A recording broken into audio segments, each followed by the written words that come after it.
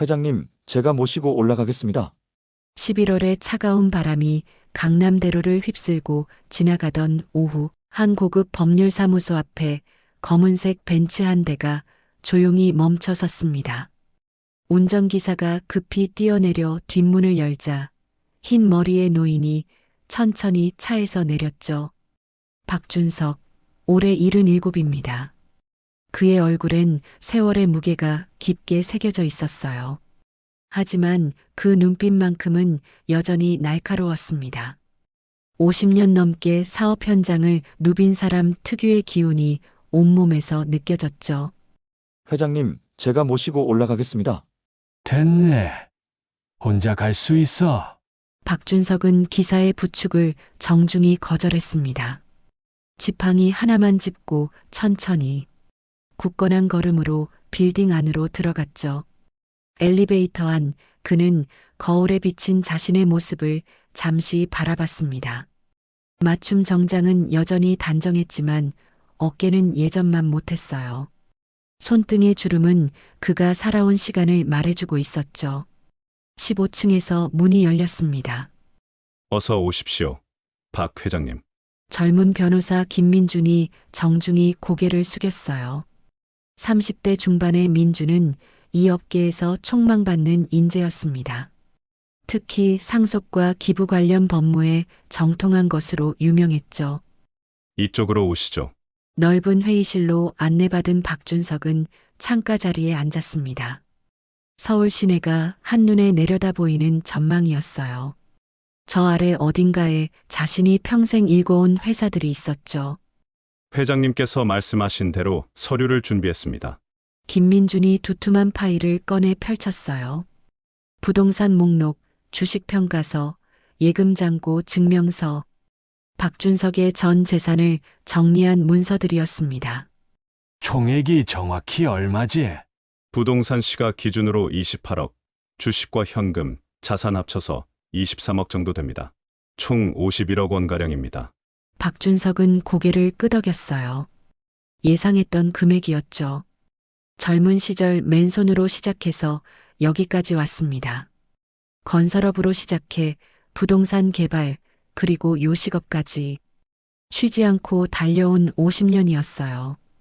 유언장 작성 진행하시겠습니까? 아니, 박준석의 대답이 짧게 떨어졌습니다. 기부 계약서를 만들게. 김민준의 손이 잠시 멈췄어요.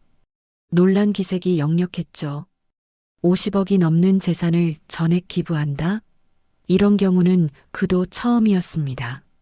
전액을 기부하시겠다는 말씀이신가요? 그래. 사회복지법인 희망재단으로 전부 넘기려고. 박준석은 창밖을 바라보며 조용히 말했어요.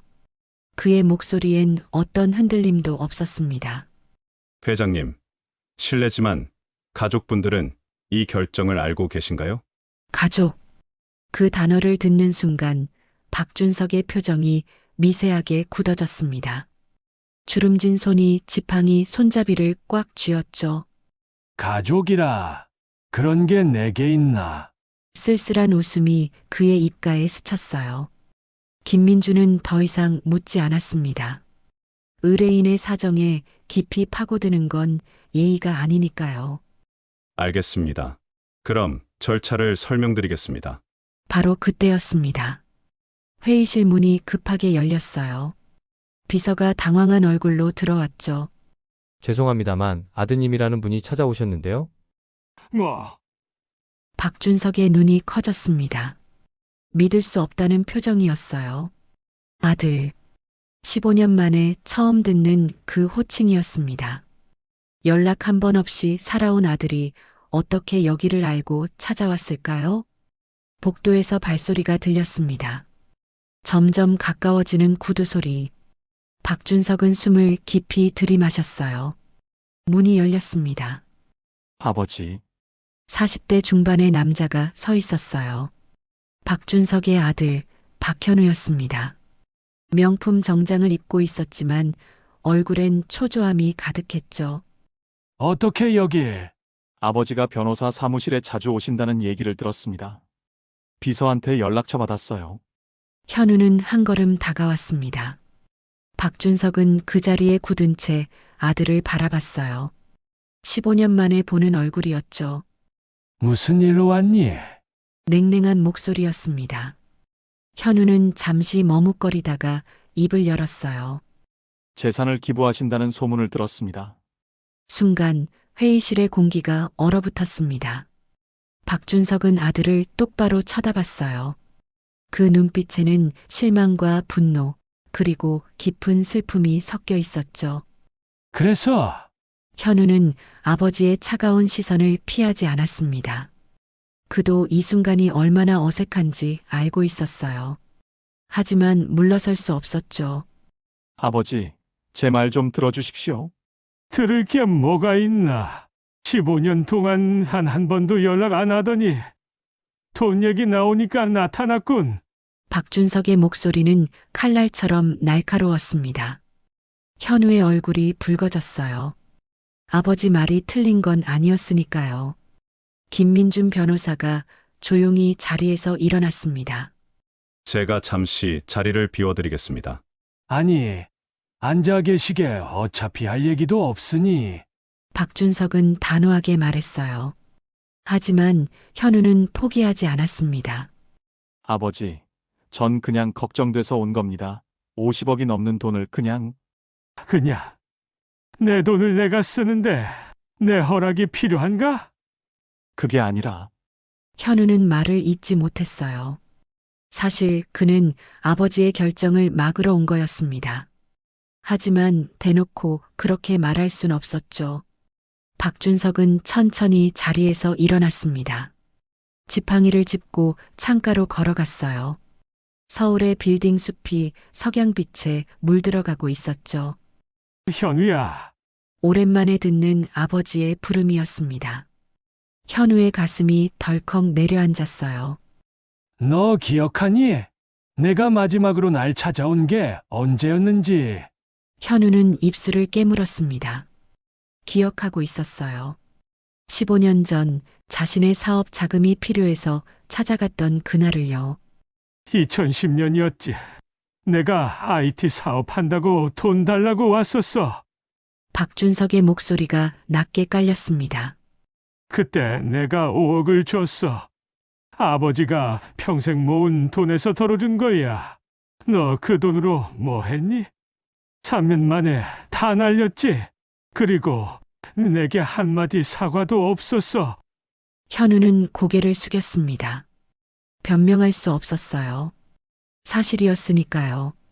그뿐인가? 내 어머니 돌아가실 때도 안 왔잖아. 암 투병 3년 동안 단 한 번도 얼굴 안 비췄어. 박준석의 목소리가 떨렸습니다. 처음으로 감정이 드러나는 순간이었어요. 장례식장에도 안 왔지 바쁘다고. 그게 15년 전이야. 회의실이 숨막히게 조용해졌습니다. 김민주는 서류를 내려다보며 시선을 피했어요. 이건 그가 끼어들 자리가 아니었죠. 현우는 주먹을 꽉 쥐었습니다. 변명하고 싶었어요.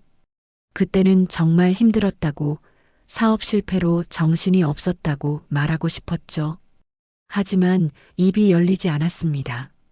아버지, 됐다. 박준석은 손을 저었어요. 더 이상 듣고 싶지 않다는 표정이었죠.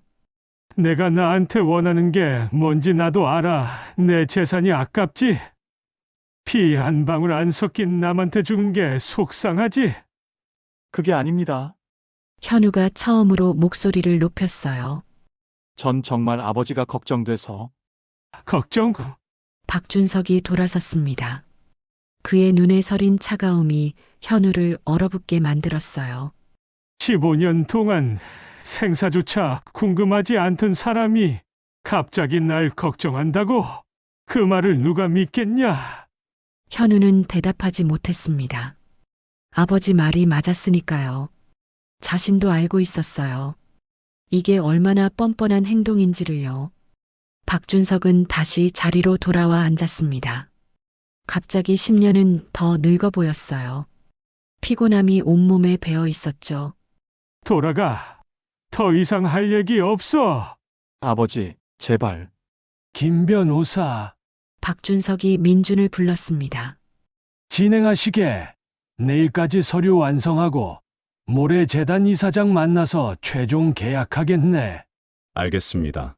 민준이 고개를 끄덕였어요. 현우는 당황한 표정으로 아버지를 쳐다봤습니다. 뭐래요? 그렇게 급하게 하실 필요가. 급한 게 아니야.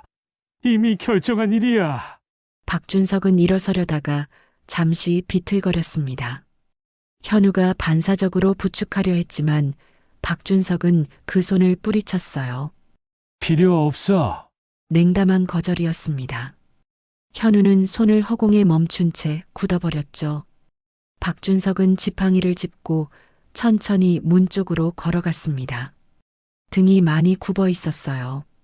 현우는 그제야 아버지가 얼마나 늙었는지 실감했습니다. 문 앞에서 박준석이 멈춰 섰어요. 고개를 돌리지 않은 채 말했습니다. 현우야, 네, 내가 죽으면 그때 와. 장례식장에는 오는 게 도리니까. 그 말을 남기고 박준석은 회의실을 나갔습니다. 복도로 사라지는 아버지의 뒷모습을 보며 현우는 그 자리에 선 채 움직이지 못했어요. 변호사님. 현우가 민준을 돌아봤어요.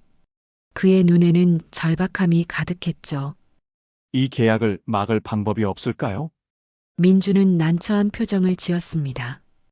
회장님께서 정신이 온전하신 상태에서 내리신 결정입니다.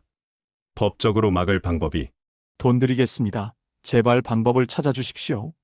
현우의 목소리가 떨렸어요. 민준은 고개를 저었습니다. 죄송하지만 전 의뢰인의 뜻을 따를 뿐입니다. 현우는 주먹으로 회의 테이블을 쳤습니다. 둔탁한 소리가 회의실에 울렸어요. 젠장. 그는 창밖을 바라봤습니다. 아버지가 차에 오르고 있었죠. 현우는 핸드폰을 꺼냈습니다.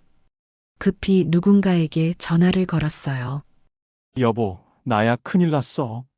강남의 한 고급 아파트, 거실 소파에 앉은 여자가 전화를 받았습니다. 박현우의 아내, 이수진이었어요. 모레 계약한다고? 수진의 목소리가 날카로워졌습니다.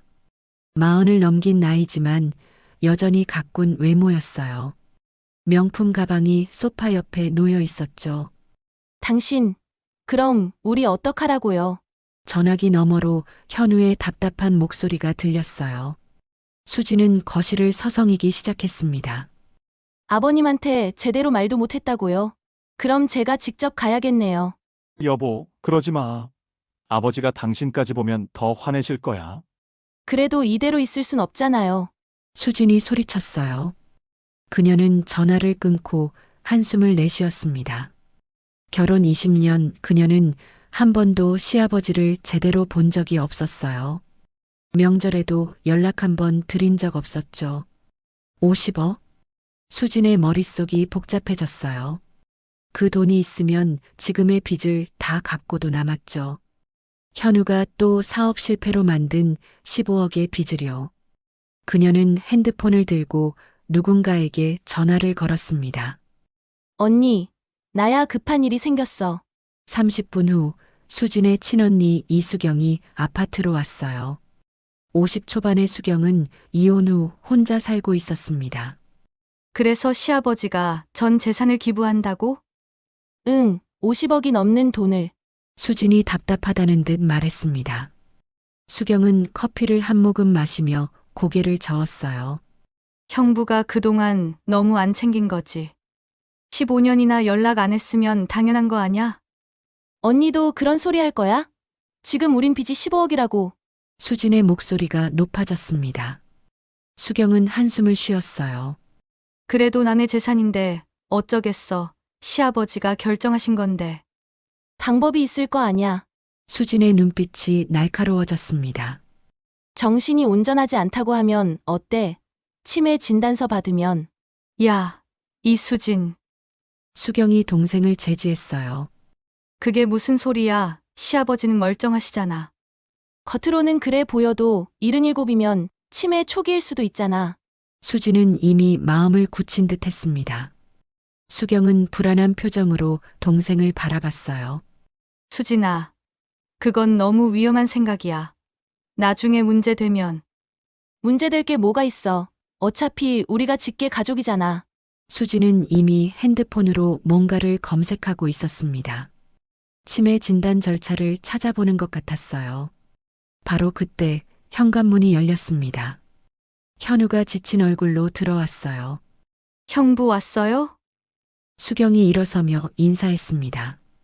현우는 고개만 끄덕이고 소파에 털썩 앉았죠. 어떻게 됐어요? 수진이 급하게 물었습니다. 현우는 고개를 저었어요. 아버지가 완전히 마음을 굳히신 것 같아. 그럼 우린 어떡하라고요? 나도 모르겠어. 변호사도 방법이 없대. 현우는 머리를 감싸쥐었습니다. 수진은 남편 옆에 앉으며 조심스럽게 말했어요. 당신, 내가 한 가지 방법을 생각했는데, 무슨, 아버님, 건강검진 한 번 받게 하는 거 어때요? 나이도 있으시고, 혹시 치매 초기 증상이 있으실 수 있잖아요.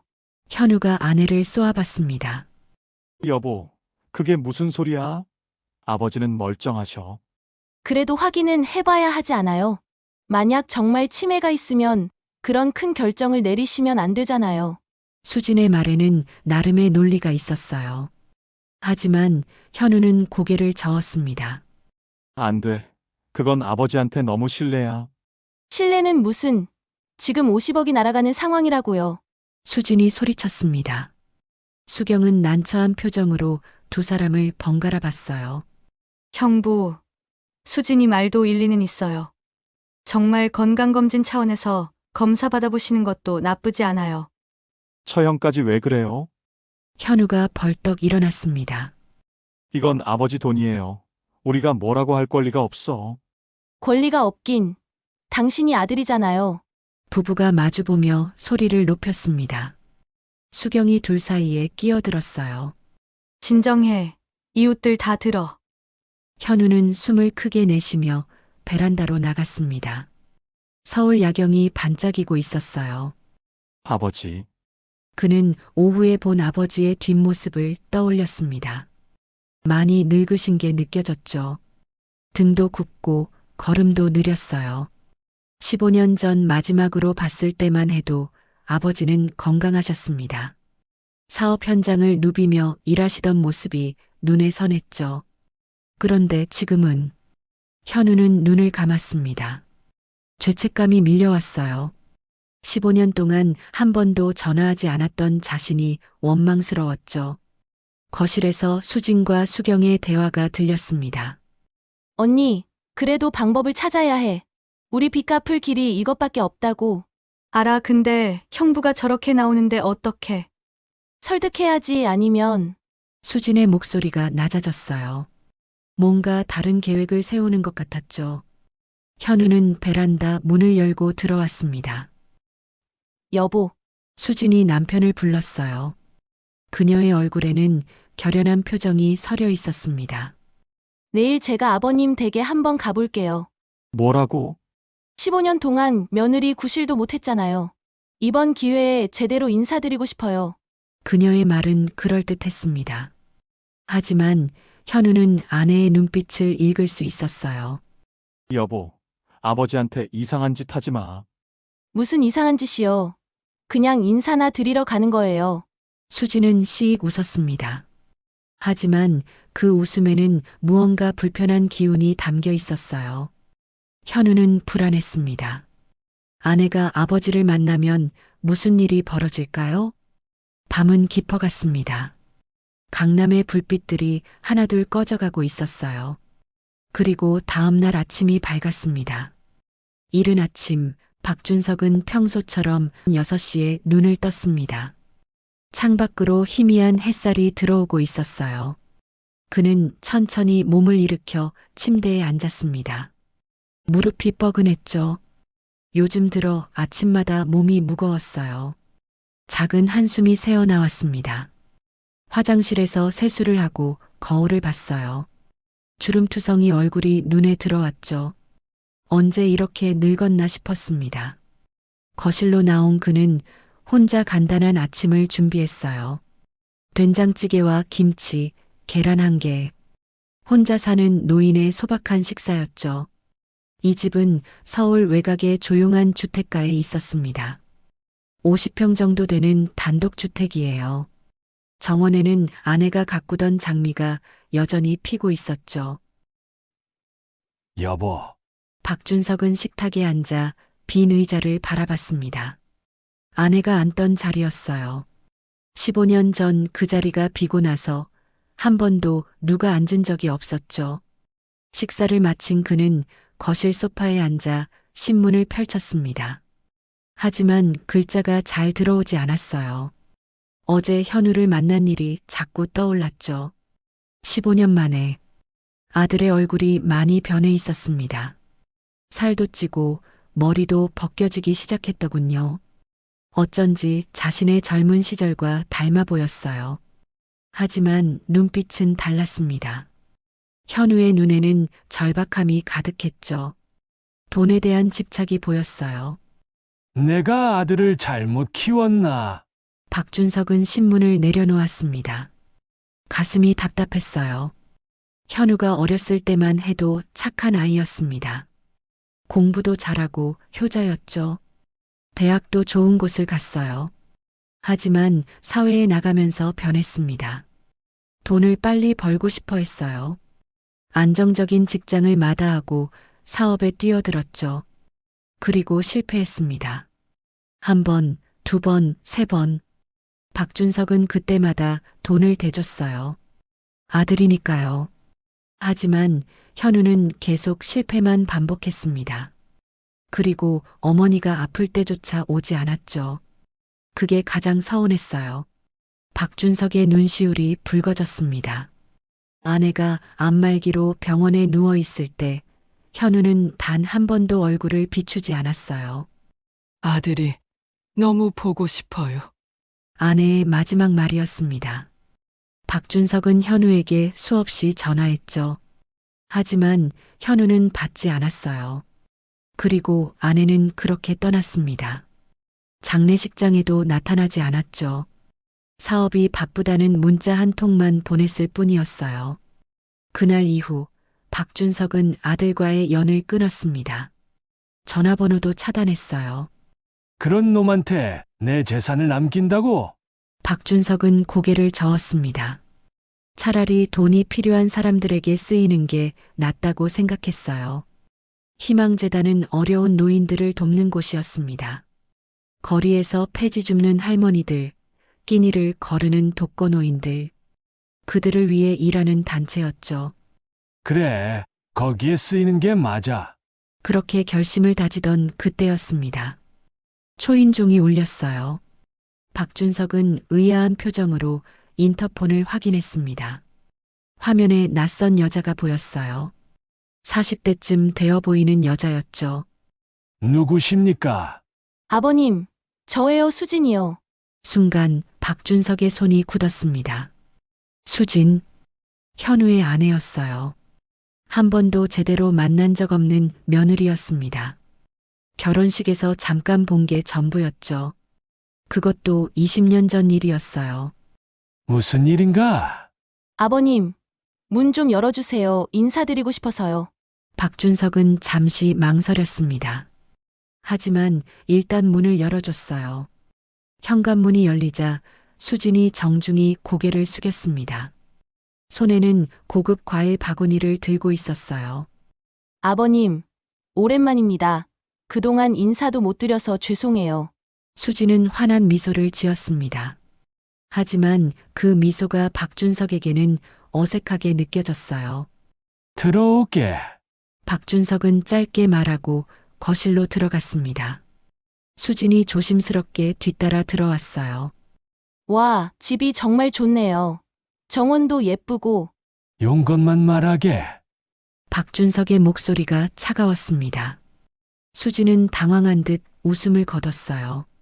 아버님, 어제 현우 씨가 찾아뵙고 왔다고 하더라고요. 그래서 제가 들으니까 재산을 기부하신다고. 그게 자네랑 무슨 상관인가? 박준석이 단도직입적으로 물었습니다. 수지는 잠시 말을 잃었어요. 상관이 있죠. 현우 씨가 아들인데요. 아들, 박준석이 비웃듯 말했습니다. 15년 동안 아버지를 아버지로 안 본 사람이 무슨 아들인가? 그건 현우 씨도 사정이 있었어요. 사업이 힘들어서. 사업이 힘들면 어머니 임종도 못 지키는 거니. 장례식도 안 와도 되고.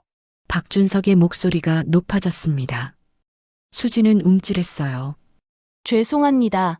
그건 제가 말릴 걸 그랬어요. 말리지 않은 게 아니라 같이 안 온 거 아닌가? 자네도 시어머니 장례식에 안 왔잖아. 수진의 얼굴이 하얗게 질렸습니다. 박준석의 말이 맞았어요. 그녀도 그날 오지 않았죠. 아버님, 이제 가보게. 더 이상 할 얘기 없네. 박준석은 자리에서 일어났습니다. 하지만 수지는 움직이지 않았어요. 아버님, 제발 한 번만 더 생각해 주세요. 뭘? 재산 기부 말이에요. 저희도 지금 많이 힘들거든요. 수진의 목소리가 떨렸습니다. 하지만 박준석은 표정 하나 변하지 않았어요. 힘들면 일을 하게. 내가 젊었을 때처럼. 하지만 됐네. 더 이상 듣고 싶지 않아. 박준석은 현관 쪽으로 걸어갔습니다. 수지는 급히 그의 뒤를 따라갔어요. 아버님, 정 그러시면 건강검진이라도 한번 받아보시는 게. 그 말에 박준석이 멈춰섰습니다. 천천히 돌아선 그의 얼굴에는 차가운 분노가 서려 있었어요. 뭐라고?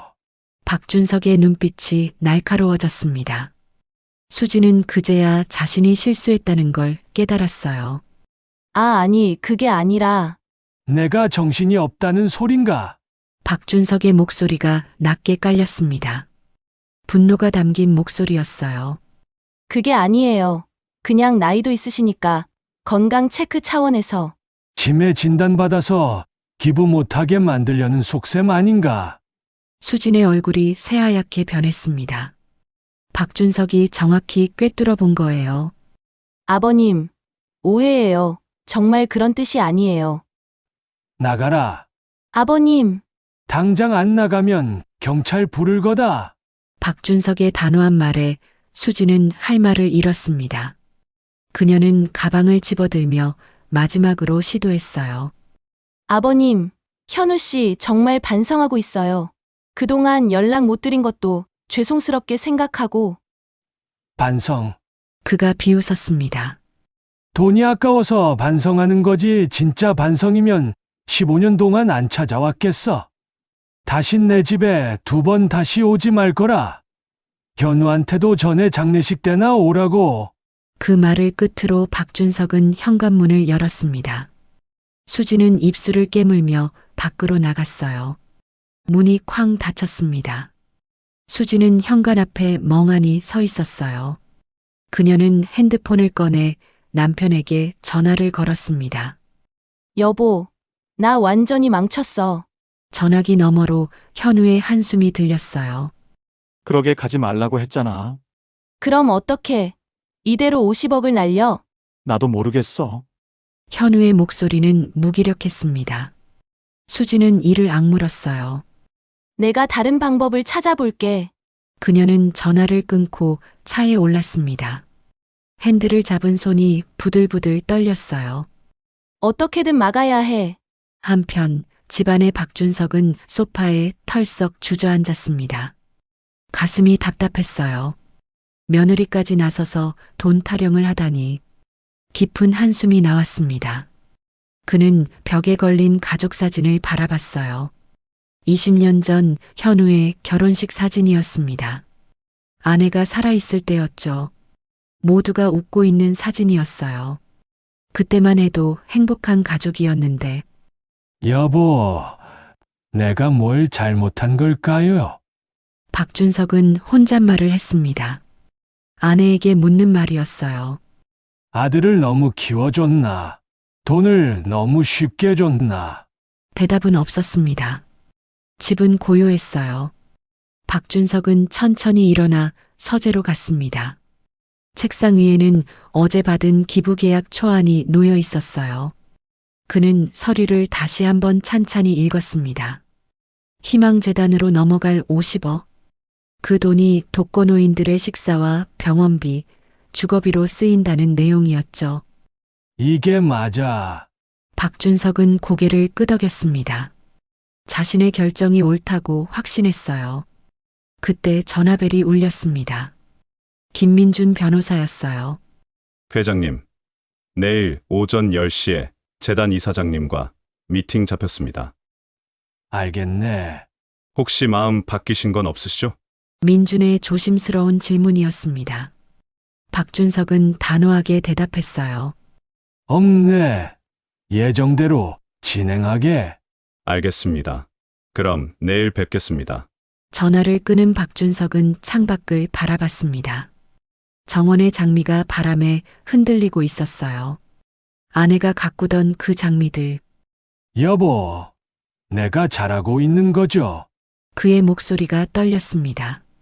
눈시울이 붉어졌어요. 사실 그도 외로웠습니다. 혼자 사는 게 쉽지 않았어요. 가끔은 아들이 보고 싶었죠. 하지만 현우가 어제 나타났을 때 그 눈에서 본 건 아버지에 대한 그리움이 아니었습니다. 돈에 대한 욕심이었어요. 그런 놈한테 줄 순 없어. 박준석은 결심을 굳혔습니다. 내일이면 모든 게 끝나요. 계약서에 사인하면 50억은 재단으로 넘어가는 거죠. 그날 저녁 현우의 집에서는 급박한 회의가 열리고 있었습니다. 거실에는 현우, 수진, 그리고 수진의 언니 수경이 모여 있었어요. 테이블 위에는 법률 서적들이 펼쳐져 있었죠. 결국 방법이 없는 거야? 수진이 답답하다는 듯 물었습니다. 현우는 고개를 저었어요. 변호사한테 다시 물어봤는데 아버지가 정상적인 판단 능력이 있으면 막을 방법이 없대. 그럼 정상이 아니라는 걸 증명하면 되잖아. 아버지는 멀쩡하시다고. 현우가 반박했습니다. 수진은 입술을 깨물었어요.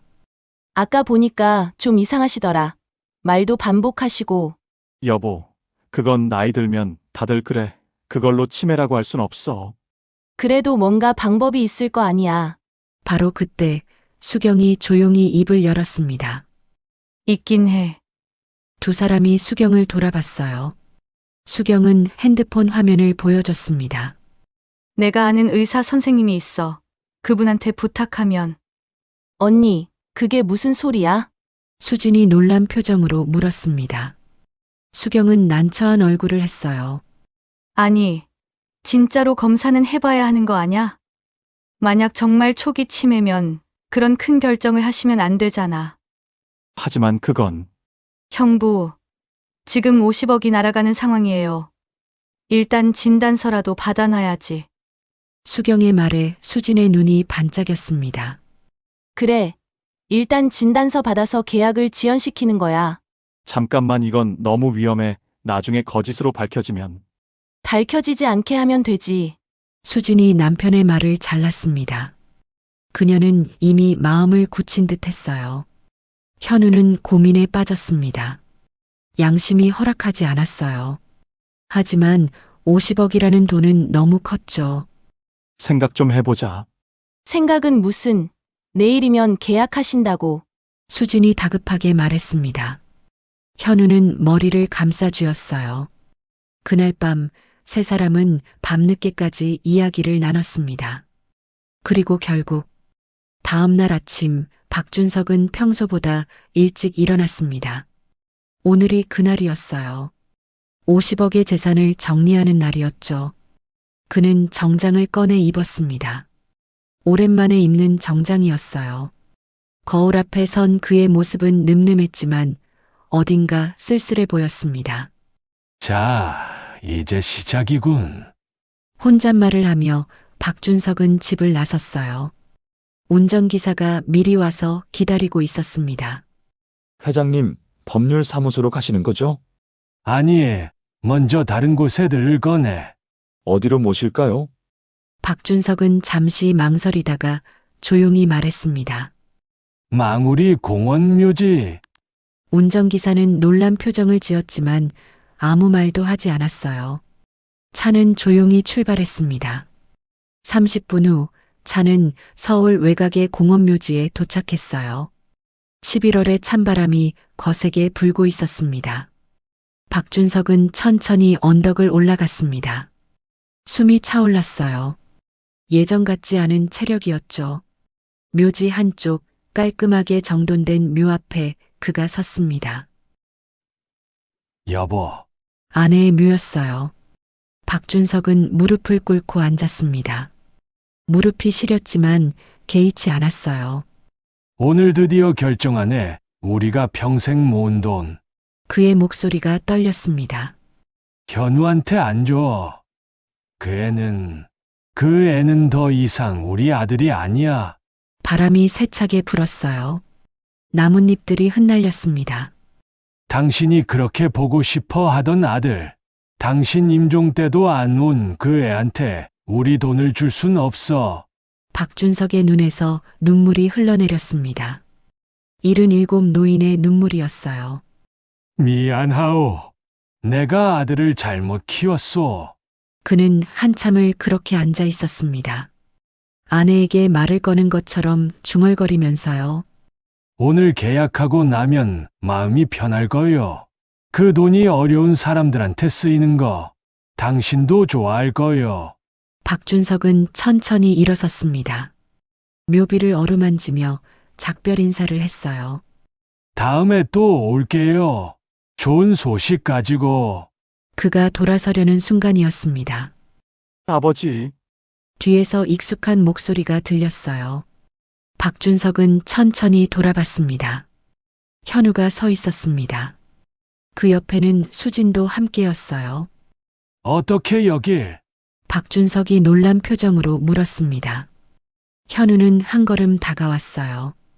아버지가 계약 전에 어머니 묘소에 오실 거라고 생각했습니다. 그의 말이 맞았습니다. 현우는 아버지를 잘 알고 있었어요. 무슨 일이야? 어제 할 말 다 했지 않나? 박준석의 목소리는 여전히 차가웠습니다. 하지만 현우는 포기하지 않았어요. 아버지, 제발 마지막으로 제 부탁 하나만 들어주세요. 부탁. 계약 전에 건강검진만 한번 받아주세요. 박준석의 얼굴이 굳어졌습니다. 어제 수진이 했던 말과 똑같았어요. 아버지, 이건 진짜 아버지 건강을 위해서입니다. 77이시면 정기검진이 필요한 나이잖아요. 현우가 급히 말했습니다. 수진도 거들었어요. 아버님, 저희가 병원 예약까지 다 해뒀어요. 1시간이면 끝나요. 됐다. 박준석이 단호하게 거절했습니다. 내 몸은 내가 알아. 검진 같은 건 필요 없어. 아버지, 현우가 다급하게 아버지 앞을 막아섰어요. 제발요. 어머니 묘 앞에서 부탁드립니다. 검진만 받아주세요. 그 순간 박준석의 눈빛이 날카로워졌습니다. 현우야, 네, 어머님 요 앞에서 이러는 게 부끄럽지 않나? 박준석의 목소리가 떨렸어요. 분노와 슬픔이 섞인 목소리였습니다. 15년 동안 단 한 번도 안 왔잖아. 산소 관리도 내가 다 했어. 명절 때도 제사 때도 혼자 왔어. 그런데 지금 내가 어머니 앞에서 뭘 부탁한다고? 현우는 고개를 숙였습니다. 아무 말도 할 수 없었어요. 수진이 나섰습니다. 아버님, 검진은 정말 필요한 거예요. 혹시라도 치매 같은. 치매. 박준석이 수진을 쏘아봤습니다. 내가 치매처럼 보이나? 그게 아니라 내 정신이 온전치 않아서 기부한다고 생각하는 거지. 박준석의 목소리가 높아졌습니다. 주변의 몇몇 사람들이 이쪽을 쳐다봤어요. 그렇게 해서 계약을 막으려는 속셈 아닌가? 아버지, 오해십니다. 현우가 황급히 해명했습니다. 하지만 박준석은 이미 모든 걸 꿰뚫어 보고 있었어요. 오해. 박준석은 두 사람을 지나쳐 걸어갔습니다. 현우가 그의 팔을 잡았어요. 아버지, 나라. 제발 다시 한 번만 생각해 주세요. 저도 반성하고 있습니다. 현우의 목소리가 절박했어요. 하지만 박준석은 냉정했습니다. 반성은 15년 전에 했어야지. 이제 와서 무슨 반성인가? 아버지, 현우가 아버지 앞에 무릎을 꿇었습니다. 제발요. 저희 좀 도와주세요. 저희도 지금 너무 힘듭니다. 수진도 현우 옆에 무릎을 꿇었어요.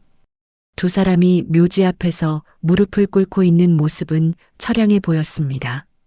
박준석은 그 모습을 내려다봤어요. 가슴이 아팠습니다.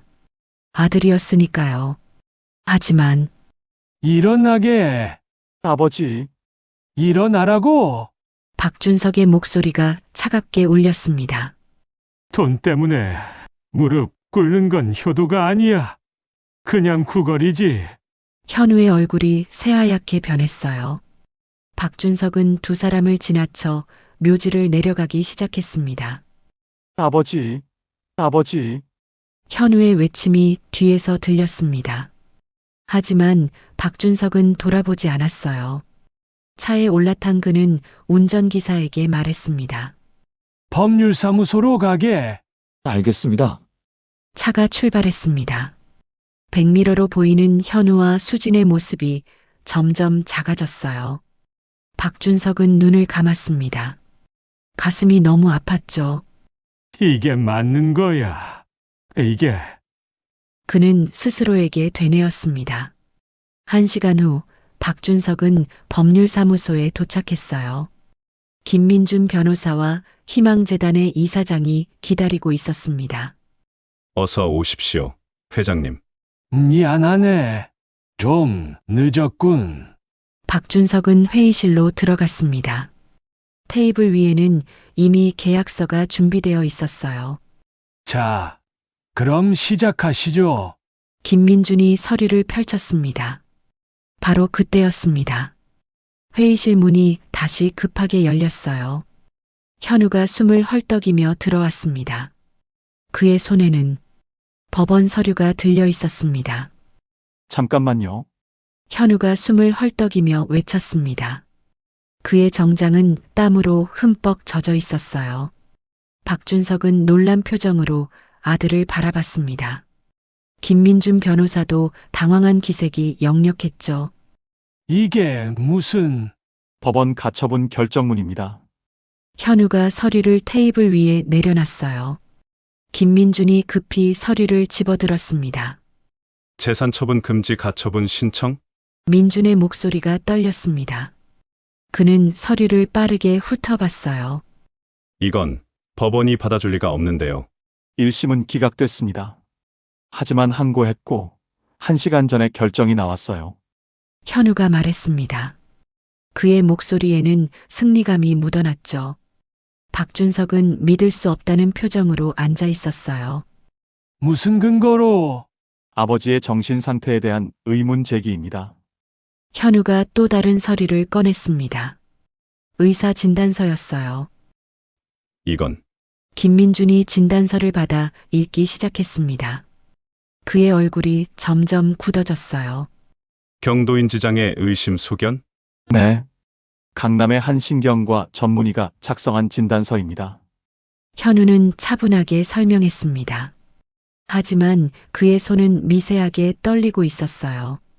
박준석이 벌떡 일어섰습니다. 이게 무슨 소리야? 난 그 어떤 병원도 간 적이 없어. 아버지, 일주일 전에 가셨잖아요. 두통 때문에. 뭐... 박준석은 기억을 더듬었습니다. 일주일 전, 맞았어요. 머리가 아파서 동네 병원에 간 적이 있었죠. 그건 그냥 두통약 받으러... 그 의사 선생님이 신경과 전문이셨습니다. 아버지와 대화를 나눈 후 인지 기능에 문제가 있을 수 있다고 판단하셨어요. 현우의 말은 매끄러웠습니다. 너무 매끄러웠어요. 김민준이 진단서를 다시 확인했습니다. 하지만 이건 정식 검사 결과가 아니라 단순 소견일 뿐인데요. 법원이 이걸 근거로 추가 검사가 필요하다는 게 법원의 판단입니다. 현우가 가처분 결정문을 가리켰어요. 아버지께서 정밀 검사를 받고 정신 능력에 문제가 없다는 게 확인될 때까지 재산 처분을 금지한다는 내용입니다. 박준석은 의자를 붙잡았습니다. 다리에 힘이 풀렸어요. 희망재단 이사장이 난처한 표정으로 입을 열었습니다. 회장님, 이러면 오늘 계약은 어렵겠습니다. 아니, 이건 거짓말이에요. 나한테 아무 문제 없어. 박준석의 목소리가 떨렸습니다. 분노와 억울함이 섞인 목소리였어요. 현우는 아버지를 똑바로 쳐다봤습니다. 아버지, 그럼 검사 받으시면 됩니다. 정말 문제가 없다면 증명하시면 되잖아요. 법원 명령입니다. 거부하실 수 없어요. 박준석은 현우를 노려봤습니다.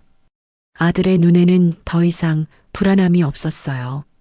오히려 냉정한 계산이 보였죠. 현우야, 정말 이렇게까지 해야겠니? 박준석의 목소리가 떨렸습니다. 거짓 진단서까지 만들어가면서 아버지를 막으려고? 거짓이 아닙니다. 정식 의사의 소견이에요. 하지만 난 멀쩡해. 어디 하나 이상한 데 없다고. 박준석이 소리쳤습니다. 김민준이 그를 진정시키려 했어요. 회장님, 일단 진정하시고. 진정을 어떻게 해? 내 아들이 날 정신병자로 만들려고 하는데. 회의실이 무거운 침묵에 휩싸였습니다. 현우는 입술을 깨물었어요. 가슴이 아팠습니다. 하지만 돌이킬 수 없었죠. 아버지, 검사 받으세요. 그러면 모든 게 해결됩니다. 해결? 무엇이 해결돼? 박준석이 비웃었습니다. 검사 받고 문제 없다고 나오면 또 다른 수를 쓸 거 아닌가? 계속 시간을 끌면서 내가 지치길 기다리겠지? 현우는 대답하지 못했습니다. 아버지가 정확히 꿰뚫어 본 거예요. 박준석은 천천히 자리에 앉았습니다. 급격히 기운이 빠져 보였어요. 그가 작게 말했습니다. 이 사장님, 죄송합니다. 오늘 계약은 연기해야겠습니다. 아닙니다, 회장님. 충분히 이해합니다. 이사장이 정중하게 대답했어요. 그는 현우를 한번 쳐다본 후 회의실을 나갔습니다. 이제 회의실에는 박준석, 현우, 그리고 김민준만 남았어요. 김민준이 조심스럽게 입을 열었습니다. 회장님, 법원 명령이니 정밀 검사는 받으셔야 합니다. 알고 있네. 박준석의 목소리는 지쳐 있었습니다. 언제 받아야 하나? 이번 주 안으로 일정을 잡겠습니다. 그렇게 하게. 박준석은 천천히 일어섰습니다. 지팡이를 짚은 그의 모습이 갑자기 훨씬 늙어 보였어요. 현우가 다가가려 했습니다. 아버지, 건드리지 마. 박준석의 차가운 목소리에 현우는 멈춰 섰어요. 내가 원하는 대로 됐네. 검사 받고 문제 없다고 나오고. 그 다음엔 또 뭘 하려나? 아버지, 오해세요. 전 오해가 아니야. 박준석이 아들을 돌아봤습니다. 그의 눈에는 깊은 실망이 서려 있었어요. 돈이 사람을 이렇게 만드는구나. 박준석은 씁쓸한 표정으로 혼잣말을 하고 회의실을 나갔습니다. 복도로 사라지는 그의 뒷모습은 쓸쓸했어요. 현우는 그 자리에 멍하니 서 있었습니다. 김민준이 서류를 정리하며 말했습니다. 박 이사님, 네, 이사님도 아시겠지만 이 방법은 임시방편일 뿐입니다. 무슨 말씀이세요? 검사 결과가 회장님이 정상이라고 나오면 더 이상 막을 방법이 없어요. 김민준의 말에 현우는 고개를 끄덕였습니다. 알고 있습니다. 그럼 왜? 시간을 벌려고요. 현우가 작게 말했습니다. 시간을 벌어서 아버지를 설득할 겁니다. 설득이 될까요? 민준의 질문에 현우는 대답하지 못했어요. 사실 그도 확신이 없었습니다. 아버지가 마음을 바꿀 것 같지 않았죠. 하지만 포기할 수 없었어요. 50억이라는 돈은 너무 컸습니다. 현우는 회의실을 나와 복도로 갔어요. 창밖으로 아버지가 차에 오르는 모습이 보였습니다. 구부정한 등, 느린 걸음. 미안해요, 아버지. 현우는 마음속으로 중얼거렸습니다. 하지만 그의 발은 아버지를 쫓아가지 않았어요. 차가 출발했습니다. 점점 멀어지는 차를 보며 현우는 주먹을 꽉 쥐었습니다. 그리고 그날 저녁, 예상치 못한 일이 벌어졌습니다. 저녁 7시 현우의 핸드폰이 울렸습니다.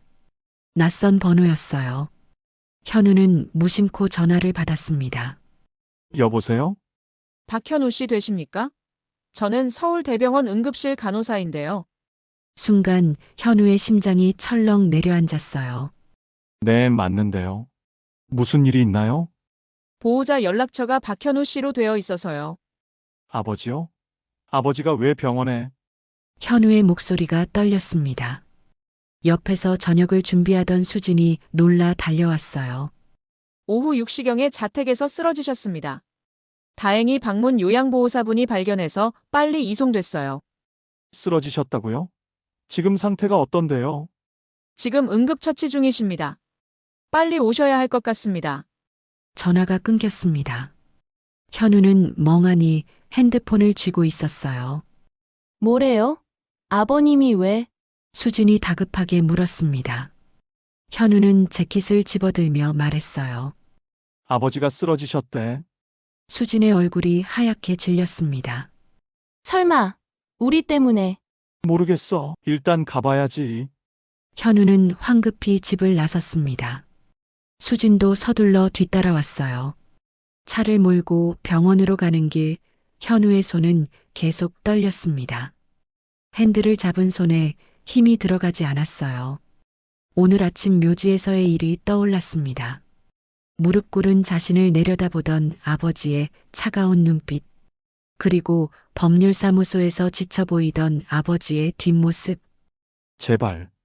제발 아무 일 없어야 할 텐데. 현우가 중얼거렸습니다.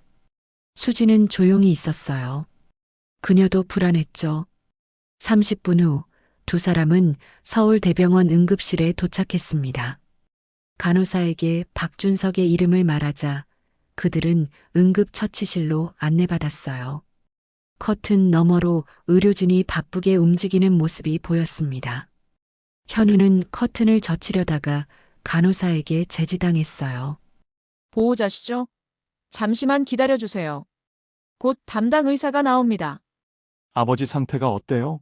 많이 위험한 건가요? 의사 선생님께서 직접 설명드릴 겁니다.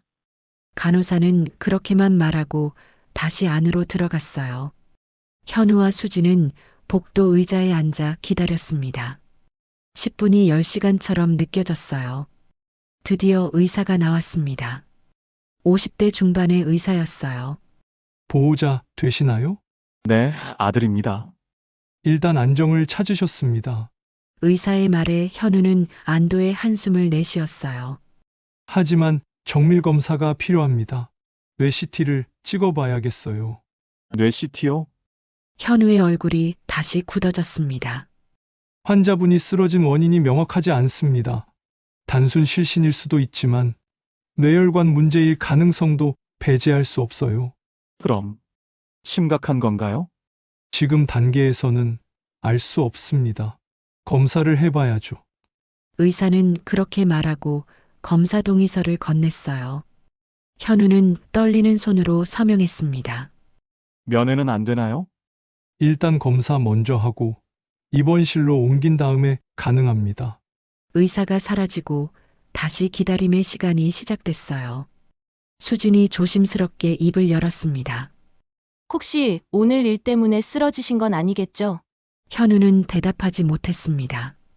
사실 그도 같은 생각을 하고 있었거든요. 오늘 아침의 일들이 아버지에게 충격을 준 건 분명했어요. 묘지에서의 다툼, 법률사무소에서의 가처분 결정.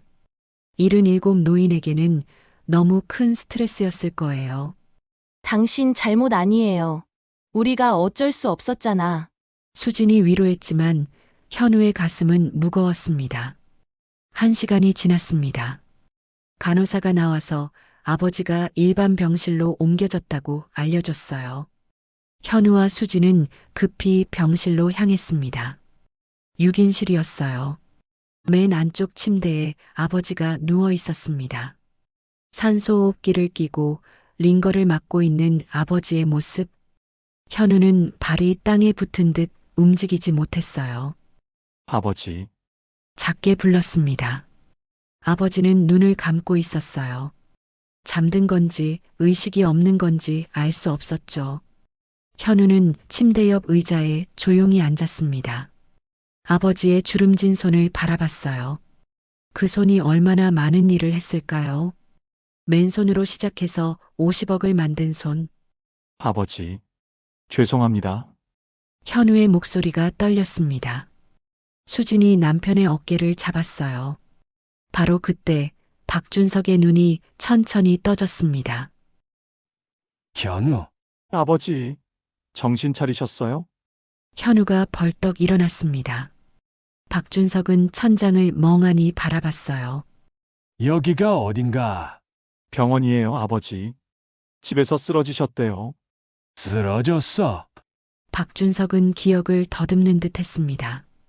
그의 눈빛이 점점 초점을 찾아갔어요. 아, 맞아. 어지러웠지? 괜찮으세요? 수진이 물었습니다. 박준석은 그제야 며느리를 인식했어요. 자네도 왔나? 걱정돼서 왔어요. 박준석은 대답 대신 고개를 돌렸습니다. 창밖을 바라봤어요. 조용한 침묵이 흘렀습니다. 현우는 뭐라고 말해야 할지 몰랐어요. 미안하다고, 걱정했다고, 그 모든 말이 공허하게 느껴졌습니다. 잠시 후 의사가 병실로 들어왔어요. 환자분 깨어나셨군요. 기분이 어떠세요? 괜찮습니다. 박준석이 약하게 대답했습니다. 검사 결과가 나왔습니다. 잠깐 보호자분과 얘기 좀 하겠습니다. 의사가 현우를 복도로 불렀어요. 현우는 아버지를 한번 쳐다본 후 의사를 따라 나갔습니다. 복도에서 의사가 태블릿을 보여줬어요. 뇌 CT 사진이었습니다. 다행히 뇌혈관에는 문제가 없습니다. 그럼 왜 쓰러지신 거죠? 스트레스로 인한 미주신경성 실신으로 보입니다. 쉽게 말해 극심한 스트레스나 충격으로 일시적으로 혈압이 떨어져서 의식을 잃는 거죠. 현우의 가슴이 철렁했어요. 스트레스, 충격. 환자분 나이도 있으시고 앞으로 조심하셔야 합니다. 특히 정신적 충격을 받지 않도록. 의사의 말이 현우의 귀에 박혔습니다.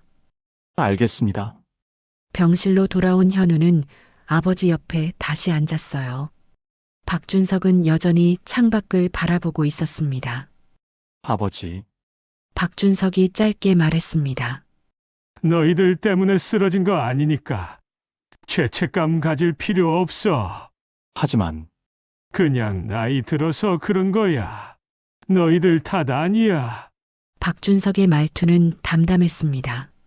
하지만 그 담담함이 오히려 더 서글펐어요. 아버지, 정말 죄송합니다. 오늘 제가 너무 현우야, 박준석이 아들을 돌아봤습니다. 내가 여기 누워 있으니 당분간 기부고 뭐고 못하겠지.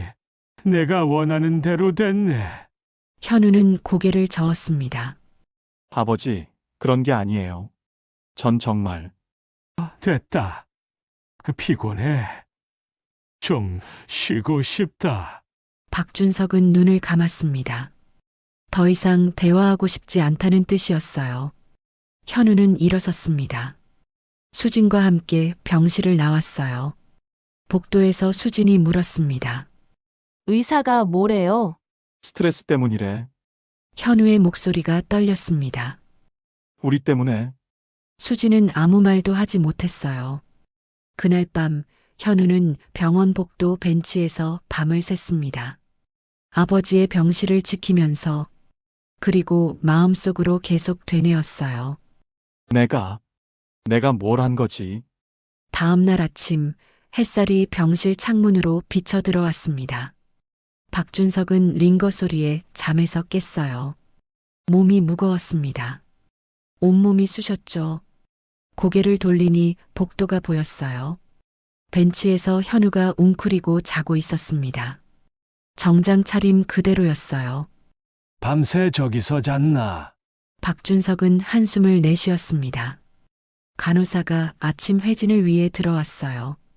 혈압을 재고 체온을 확인했죠. 많이 좋아지셨네요. 오늘 중으로 퇴원 가능하실 것 같아요. 그렇습니까? 네, 담당 선생님께서 오전에 한 번 더 보시고 결정하실 거예요. 간호사가 나가자 박준석은 천천히 몸을 일으켰습니다. 어지러웠지만 참을 만했어요. 복도로 나가니 현우가 눈을 뜨고 있었습니다. 아버지, 일어나시면 안 돼요. 현우가 급히 달려와 아버지를 부축했어요. 박준석은 그 손을 뿌리치려다 멈췄습니다.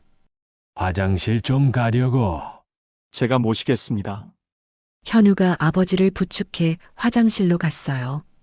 박준석은 아들의 도움을 받으며 걸었습니다. 화장실에서 나온 박준석은 복도 벤치에 앉았어요. 병실보다는 복도가 나았습니다. 현우가 옆에 조심스럽게 앉았어요. 아버지, 아침 식사 가져다 드릴까요? 됐다. 입맛이 없어. 그래도 드셔야죠. 기운이 없으시잖아요. 현우가 걱정스러운 표정으로 말했습니다. 박준석은 아들을 쳐다봤어요. 너는 왜 집에 안 갔어? 아버지 곁에 있고 싶어서요. 박준석은 대답하지 않았습니다. 창밖을 바라봤어요. 아침 햇살이 눈부셨습니다. 현우야, 네, 아버지. 너는 지금 뭐 하는 사람이니? 갑작스러운 질문에 현우는 당황했어요. 무슨 말씀이신지. 지금 말이야. 지금 뭐 하면서 사니? 현우는 입술을 깨물었습니다. 대답하기 곤란한 질문이었어요. 사업을 하고 있습니다. 무슨 사업? IT 컨설팅이요. 그게 잘 되나? 현우는 대답할 수 없었습니다. 사실 사업은 2년 전에 망했어요. 지금은 빚만 남았죠. 박준석은 아들의 침묵으로 모든 걸 알았습니다. 또 망했구나. 죄송합니다. 미안해할 것까지야. 내 인생이니까. 박준석의 목소리는 담담했어요. 하지만 그 속에 깊은 실망이 담겨 있었죠. 아버지, 나는 말이야. 박준석이 말을 이었습니다. 내 나이 때 맨손이었어. 아무것도 없었지. 현우는 고개를 숙였습니다. 일용직 노동자로 시작했어. 건설 현장에서 벽돌 나르고 시멘트 섞고 그렇게 5년을 일했지. 박준석의 목소리에 회상이 묻어났어요. 돈을 모아서 작은 철물점을 차렸어. 내 어머니랑 둘이서 운영했지. 아침 6시부터 밤 11시까지 일했어. 철물점으로 번 돈으로 작은 건설 회사를 만들었고 그게 점점 커진 거야. 30년 걸렸지. 박준석은 아들을 돌아봤습니다. 나는 그렇게 50억을 만들었어. 하루도 쉬지 않고 밤낮 없이 일하면서. 현우는 아버지의 눈을 마주볼 수 없었어요. 그런데 너는 박준석의 말이 멈췄습니다. 더 이상 말하지 않았어요. 하지만 현우는 알았습니다. 아버지가 무슨 말을 하려는지. 나는 편하게만 살려고 했다. 빨리 성공하려고만 했다. 노력은 하지 않고 결과만 바랐다. 침묵이 흘렀습니다. 복도에 환자들이 하나둘 나오기 시작했어요. 새로운 하루가 시작되고 있었죠. 아버지, 현우가 조심스럽게 입을 열었습니다. 제가 다시 시작하면 안 될까요? 제대로 일해보고 싶어요. 아버지처럼. 박준석은 아들을 쳐다봤습니다. 현우의 눈에는 진심이 담겨 있었어요. 지금까지는 정말 잘못 살았습니다. 쉬운 길만 찾으려 했고, 실패하면 아버지한테 의지했어요. 하지만 이제는 바뀌고 싶습니다. 현우의 목소리가 떨렸습니다. 진심이었어요. 박준석은 한참을 아들을 바라봤습니다.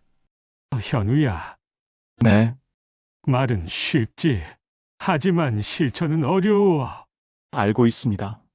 정말 바뀔 수 있겠나? 박준석의 질문에 현우는 고개를 끄덕였어요. 보여드리겠습니다, 아버지.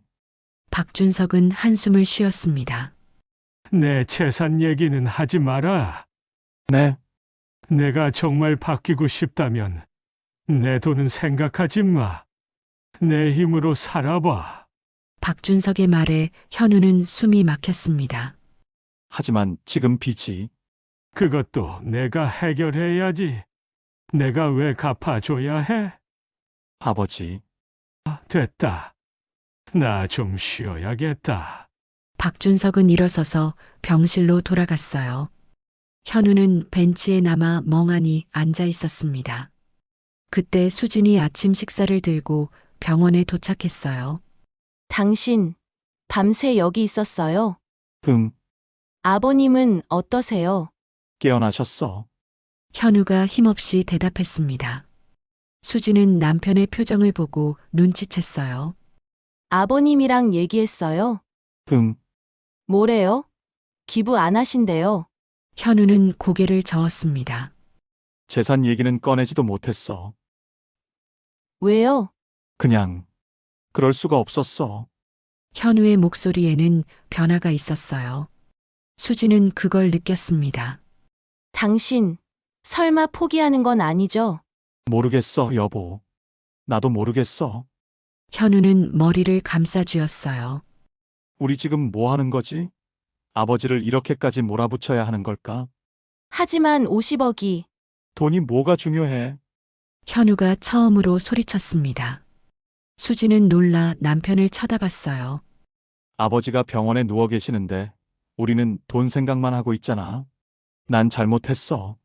정말 잘못했어. 현우의 눈에 눈물이 고였습니다. 아버지 말씀이 맞아. 나는 평생 쉬운 길만 찾으려고 했어. 노력은 안 하고 결과만 바랐지. 수진은 아무 말도 하지 못했어요.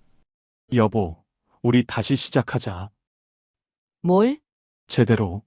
일해서 빚을 갚자. 우리 힘으로. 현우의 말에 수진은 당황했습니다.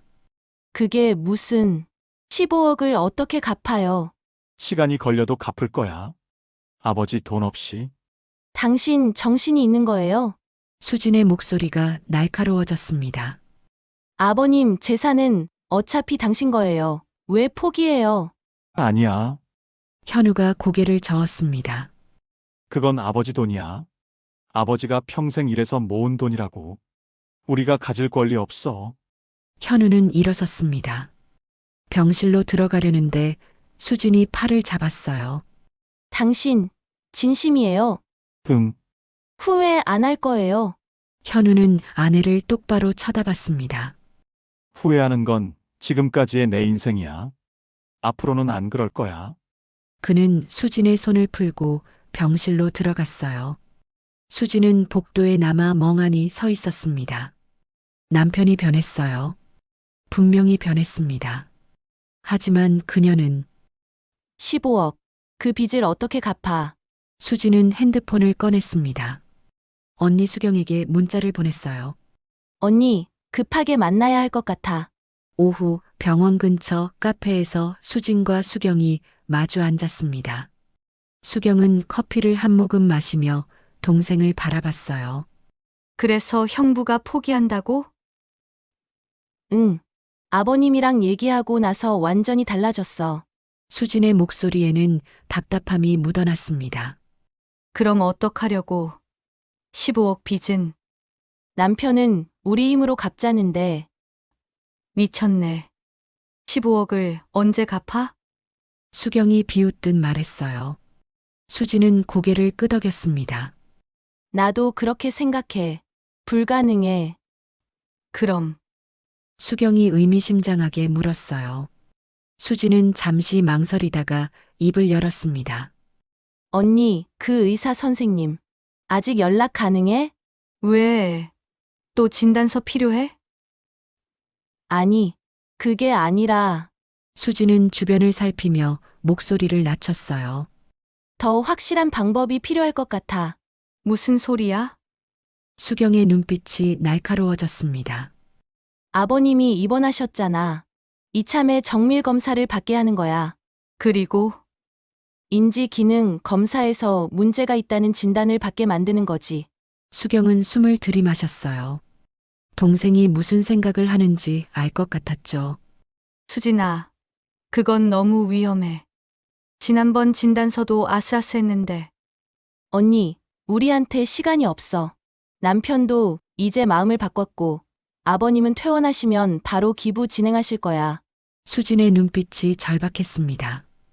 이번이 마지막 기회일지 몰라. 수경은 한참을 고민했어요. 알았어. 내가 그 선생님한테 연락해 볼게.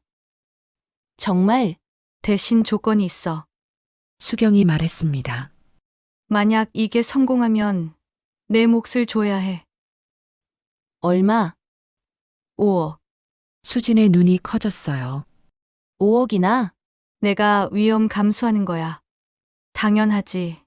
수경의 목소리는 단호했습니다. 수진은 잠시 계산하다가 고개를 끄덕였어요. 알았어. 좋아. 그럼 진행할게.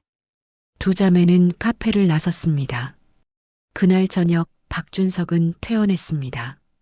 현우가 아버지를 집까지 모셔다 드렸어요. 수진도 함께였죠. 아버지, 제가 며칠 여기서 모시겠습니다. 필요 없다.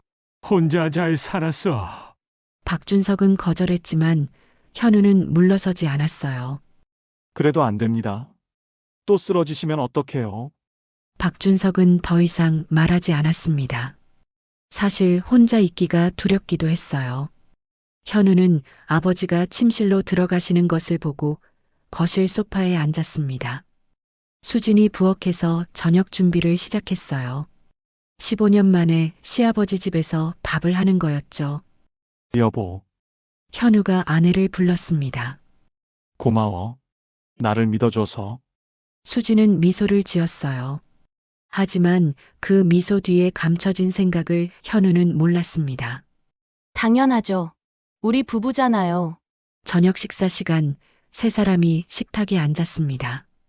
15년 만에 가족 식사였어요. 어색했지만 그래도 따뜻한 기운이 있었죠.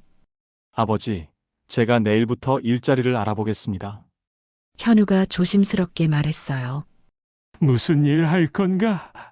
건설 쪽 일용직이라도 하려고요. 박준석이 숟가락을 내려놓았습니다. 얘가 네.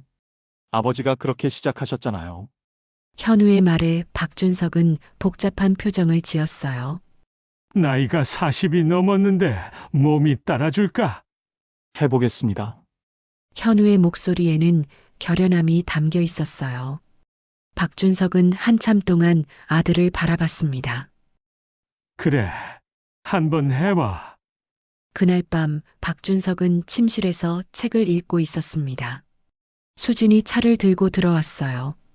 아버님, 차 가져왔습니다. 고맙다. 박준석은 차를 받아 한 모금 마셨어요. 따뜻했습니다. 아버님, 응, 그동안 정말 죄송했습니다. 제가 며느리 노릇을 못했어요. 수진의 말에 박준석은 고개를 저었습니다.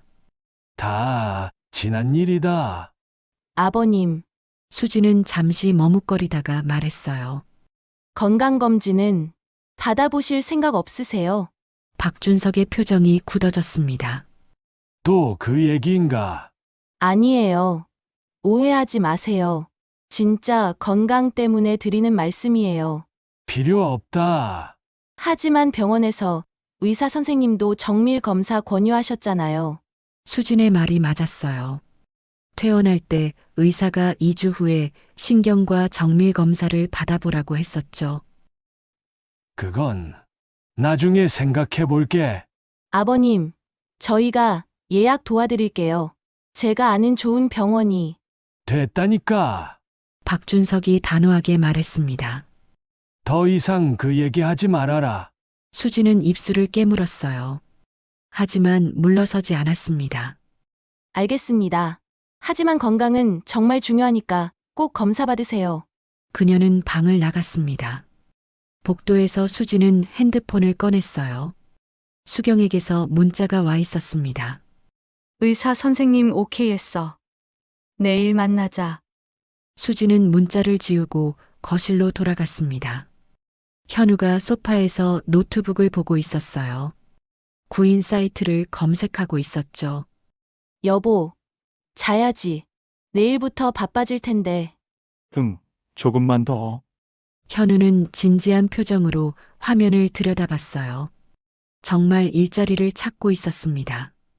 수지는 남편을 바라보며 한숨을 쉬었어요. 미안해, 여보. 하지만 어쩔 수 없어. 그녀는 방으로 들어가 문을 닫았습니다. 그리고 다시 핸드폰을 꺼내 수경에게 전화를 걸었어요. 언니, 나야. 계획대로 진행해. 진짜로 할 거야?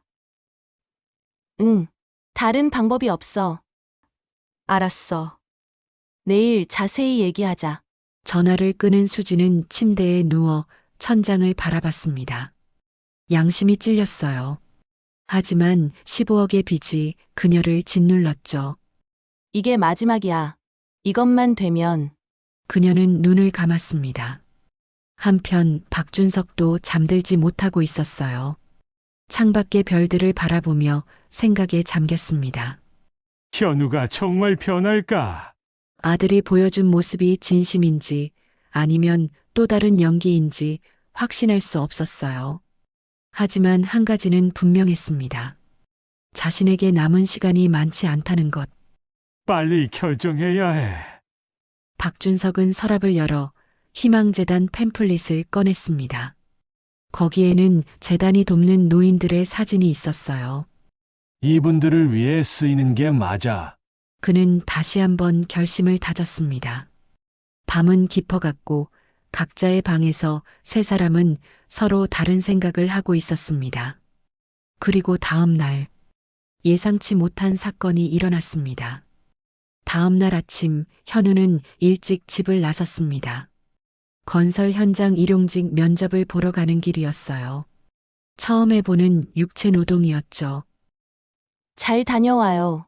수진이 남편을 배웅했습니다. 현우가 떠나자 그녀는 재빨리 핸드폰을 꺼냈어요. 언니, 남편 나갔어. 지금 만날 수 있어? 응. 병원 앞 카페로 와. 수지는 서둘러 외출 준비를 했습니다. 박준석의 방문을 살짝 열어봤어요. 아버지는 아직 주무시고 계셨습니다.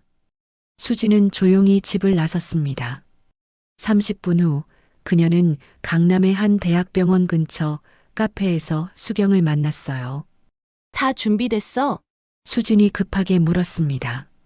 수경은 가방에서 서류 봉투를 꺼냈어요. 여기 검사 예약서야. 오늘 오후 2시로 잡았어. 아버님이 오실까? 그건 내가 설득해야지. 수경이 말했습니다. 우리 아는 신경과 과장님이 직접 검사하실 거야. 결과는 알아서 나오게 될 거고. 정말 괜찮은 거야? 나중에 문제되면. 걱정 마. 인지 기능 검사는 주관적인 부분이 많아. 해석하기 나름이거든. 수경의 말에 수지는 고개를 끄덕였어요. 하지만 불안함은 가시지 않았죠. 5억. 잊지 마. 수경이 못 박듯 말했습니다. 그리고 두 사람은 헤어졌습니다. 수진이 집으로 돌아왔을 때는 오전 11시였어요. 박준석은 거실에서 신문을 읽고 있었습니다. 아버님, 아침 드셨어요? 아직 안 먹었지? 제가 준비해 드릴게요. 수지는 부엌으로 가서 아침을 준비했어요. 손이 떨렸습니다. 식사 후 수지는 조심스럽게 말을 꺼냈습니다. 아버님, 오늘 병원 가실 수 있으세요? 박준석의 눈빛이 차가워졌어요. 또 그 얘기니? 아버님, 퇴원하실 때 의사 선생님이 정밀 검사 받으라고 하셨잖아요. 나중에 간다고 했어. 오늘 마침 예약이 잡혔어요. 제가 아침에 전화해 봤더니 오후에 가능하대요. 수진이 거짓말을 했습니다. 박준석은 며느리를 쳐다봤어요. 내가 언제 예약을 한 거야? 그게 수진이 당황하는 순간 현관문이 열렸습니다.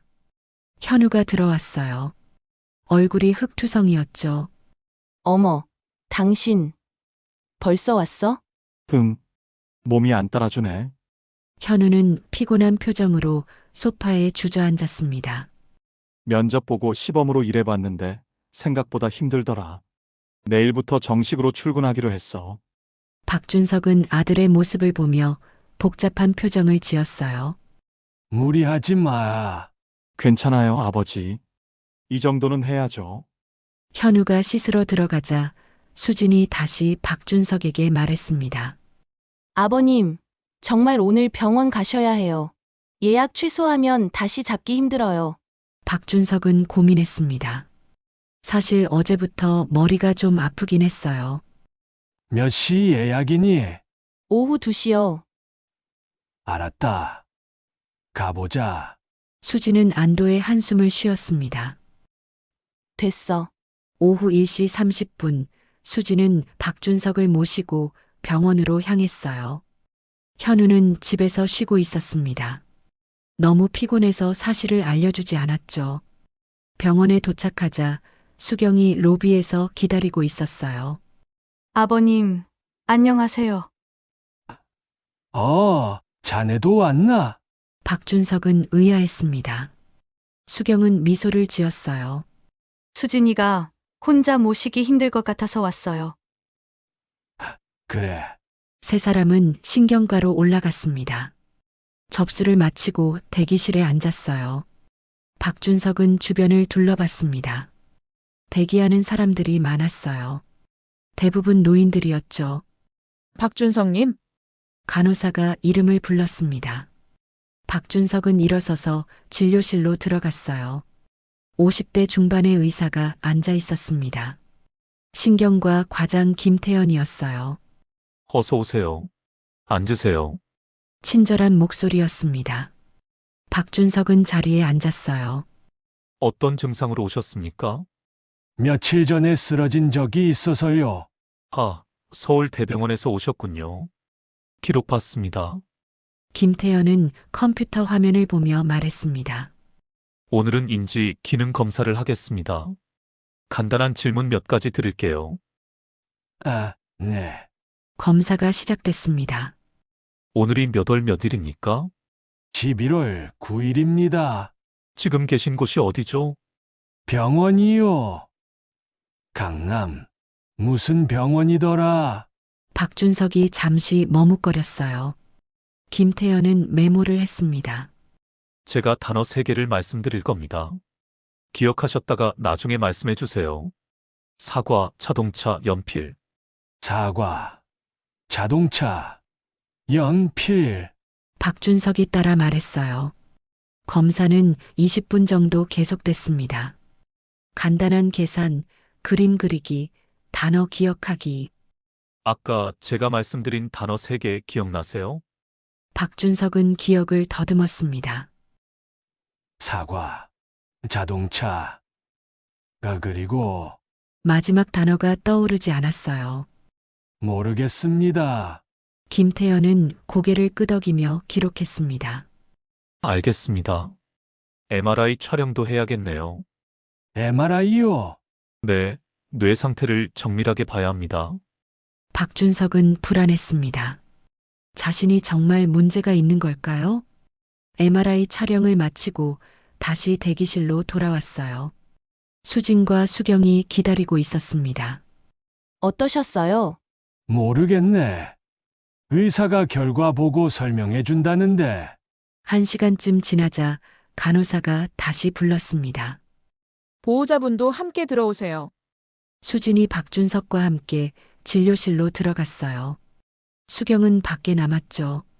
김태연은 MRI 사진을 보여주며 설명하기 시작했습니다. 검사 결과를 말씀드리겠습니다. 수진의 가슴이 두근거렸어요. 박준석은 긴장한 표정으로 의사를 바라봤습니다. 인지 기능 검사에서 정상 범위의 점수가 나왔습니다. 네. 수진이 놀라 의사를 쳐다봤어요.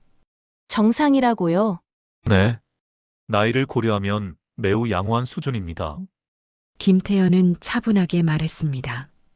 MRI 상으로도 특별한 이상 소견은 없습니다. 뇌혈관도 깨끗하고요. 박준석은 안도의 한숨을 쉬었어요. 그럼 전 괜찮은 건가요? 네, 건강하십니다. 다만 스트레스 관리만 잘하시면 됩니다. 수진은 믿을 수 없다는 표정이었습니다. 하지만 의사 선생님, 전에 다른 병원에서 다른 병원 소견도 봤습니다만 그건 정밀 검사 없이 내린 추정 진단이었습니다. 오늘 검사로 확인해 보니 문제 없으십니다. 김태현의 말은 단호했어요. 수진의 얼굴이 새하얗게 변했습니다. 계획이 완전히 틀어진 거예요. 언니가 배신한 거야? 진료실을 나온 수진은 급히 수경을 찾았습니다. 하지만 수경은 보이지 않았어요. 핸드폰을 꺼내 전화를 걸었습니다. 꺼져 있었죠. 언니, 수진은 이를 악물었습니다. 박준석은 복도 벤치에 앉아 안도하고 있었어요. 다행이네. 정말 다행이야. 그때 수진의 핸드폰이 울렸습니다. 낯선 번호였어요. 여보세요? 수진 씨죠. 저는 검찰청 조사관입니다. 수진의 심장이 멈춘 것 같았어요. 네? 위증 및 문서위조 혐의로 조사가 필요합니다. 내일 오전 10시까지 출석해 주시기 바랍니다. 전화가 끊겼습니다. 수진은 그 자리에 얼어붙었어요. 모든 게 끝났습니다. 수진은 병원 복도에서 그대로 주저앉을 뻔했습니다. 다리에 힘이 풀렸어요. 핸드폰을 든 손이 부들부들 떨렸죠. 검찰? 위증? 문서 위조? 머릿속이 하얗게 변했습니다. 며느리야, 괜찮니? 박준석이 걱정스럽게 물었어요. 수진은 억지로 미소를 지었습니다. 네, 괜찮아요. 하지만 얼굴은 창백했어요. 박준석은 뭔가 이상함을 느꼈습니다. 무슨 전화였니? 아무것도 아니에요. 보험회사에서 수진은 거짓말을 했습니다. 더 이상 말을 잇지 못하고 화장실로 뛰어갔어요. 화장실 세면대에 매달려 구역질이 났습니다. 거울에 비친 자신의 모습이 초라했어요. 내가 뭘 한 거지? 수경에게 다시 전화를 걸었습니다. 여전히 꺼져 있었어요. 문자를 보냈습니다. 언니, 검찰에서 연락 왔어. 어떻게? 답장은 오지 않았습니다. 수지는 무릎을 꿇고 주저앉았어요. 화장실 바닥에서 눈물이 흘러내렸죠. 끝났어. 다 끝났어. 한참을 그렇게 있다가 겨우 정신을 차렸습니다. 세수를 하고 밖으로 나갔어요. 아버님이 벤치에서 기다리고 계셨습니다. 차를 몰고 가는 내내 수지는 한마디도 하지 못했습니다. 박준석도 조용했어요. 집에 도착하자 현우가 맞이했습니다. 아버지, 검사 어떻게 됐어요? 아무 문제 없다는구나. 다행이다. 현우가 환하게 웃었어요. 진심으로 기뻐하는 표정이었죠. 아버지 건강하시니까 제 마음도 놓여요. 박준석은 아들의 얼굴을 보며 미소를 지었습니다. 그래, 다행이지. 수지는 방으로 들어가 문을 닫았어요. 침대에 쓰러져 베개를 끌어안았습니다. 어떻게 해야 할까요? 검찰 조사는 어떻게 피할까요? 그녀의 머릿속은 복잡했습니다. 저녁 시간 식탁에 세 사람이 앉았어요. 현우가 준비한 저녁이었습니다. 서툴렀지만 정성이 담겨 있었죠. 아버지, 제가 내일부터 본격적으로 일 시작합니다. 그래, 조심해서 다녀라. 네. 빚도 차근차근 갚을 거예요. 시간이 걸려도 제 힘으로. 현우의 눈빛은 진지했어요. 박준석은 고개를 끄덕였습니다. 그래, 내가 변한 것 같구나. 아버지 믿음을 저버리지 않겠습니다. 아버지와 아들의 대화를 듣던 수지는 숟가락을 놓았어요. 전 먼저 들어갈게요. 여보, 저녁은? 입맛이 없어요. 수지는 서둘러 방으로 들어갔습니다. 현우는 아내를 이상하게 쳐다봤어요. 무슨 일 있나 봐요. 아, 그런가? 박준석도 며느리의 행동이 수상하다고 느꼈습니다. 밤 10시 수진의 핸드폰이 다시 울렸어요. 수경이었습니다. 드디어 전화가 온 거예요. 언니, 수진이 급히 전화를 받았습니다. 미안해, 수진아. 수경의 목소리는 차가웠어요. 무슨 미안해. 언니가 날 배신한 거야? 배신이 아니야. 나 양심이 있어서 못하겠더라. 뭐? 오늘 김 선생님한테 솔직하게 말했어. 우리가 거짓 진단을 받으려고 했다고. 수진은 숨이 막혔습니다. 언니가 왜? 그리고 검찰에 자수했어. 지난번 거짓 진단서건도 다 털어놨어. 미쳤어? 그럼 언니도 잡혀가잖아. 그래. 나도 처벌받을 거야. 하지만 이게 맞는 것 같아. 수경의 목소리에는 담담함이 있었어요.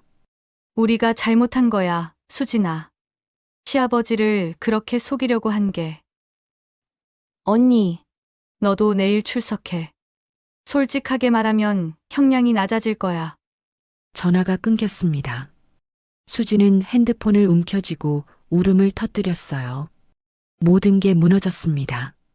다음 날 아침 현우가 일하러 나가고 난 후였어요.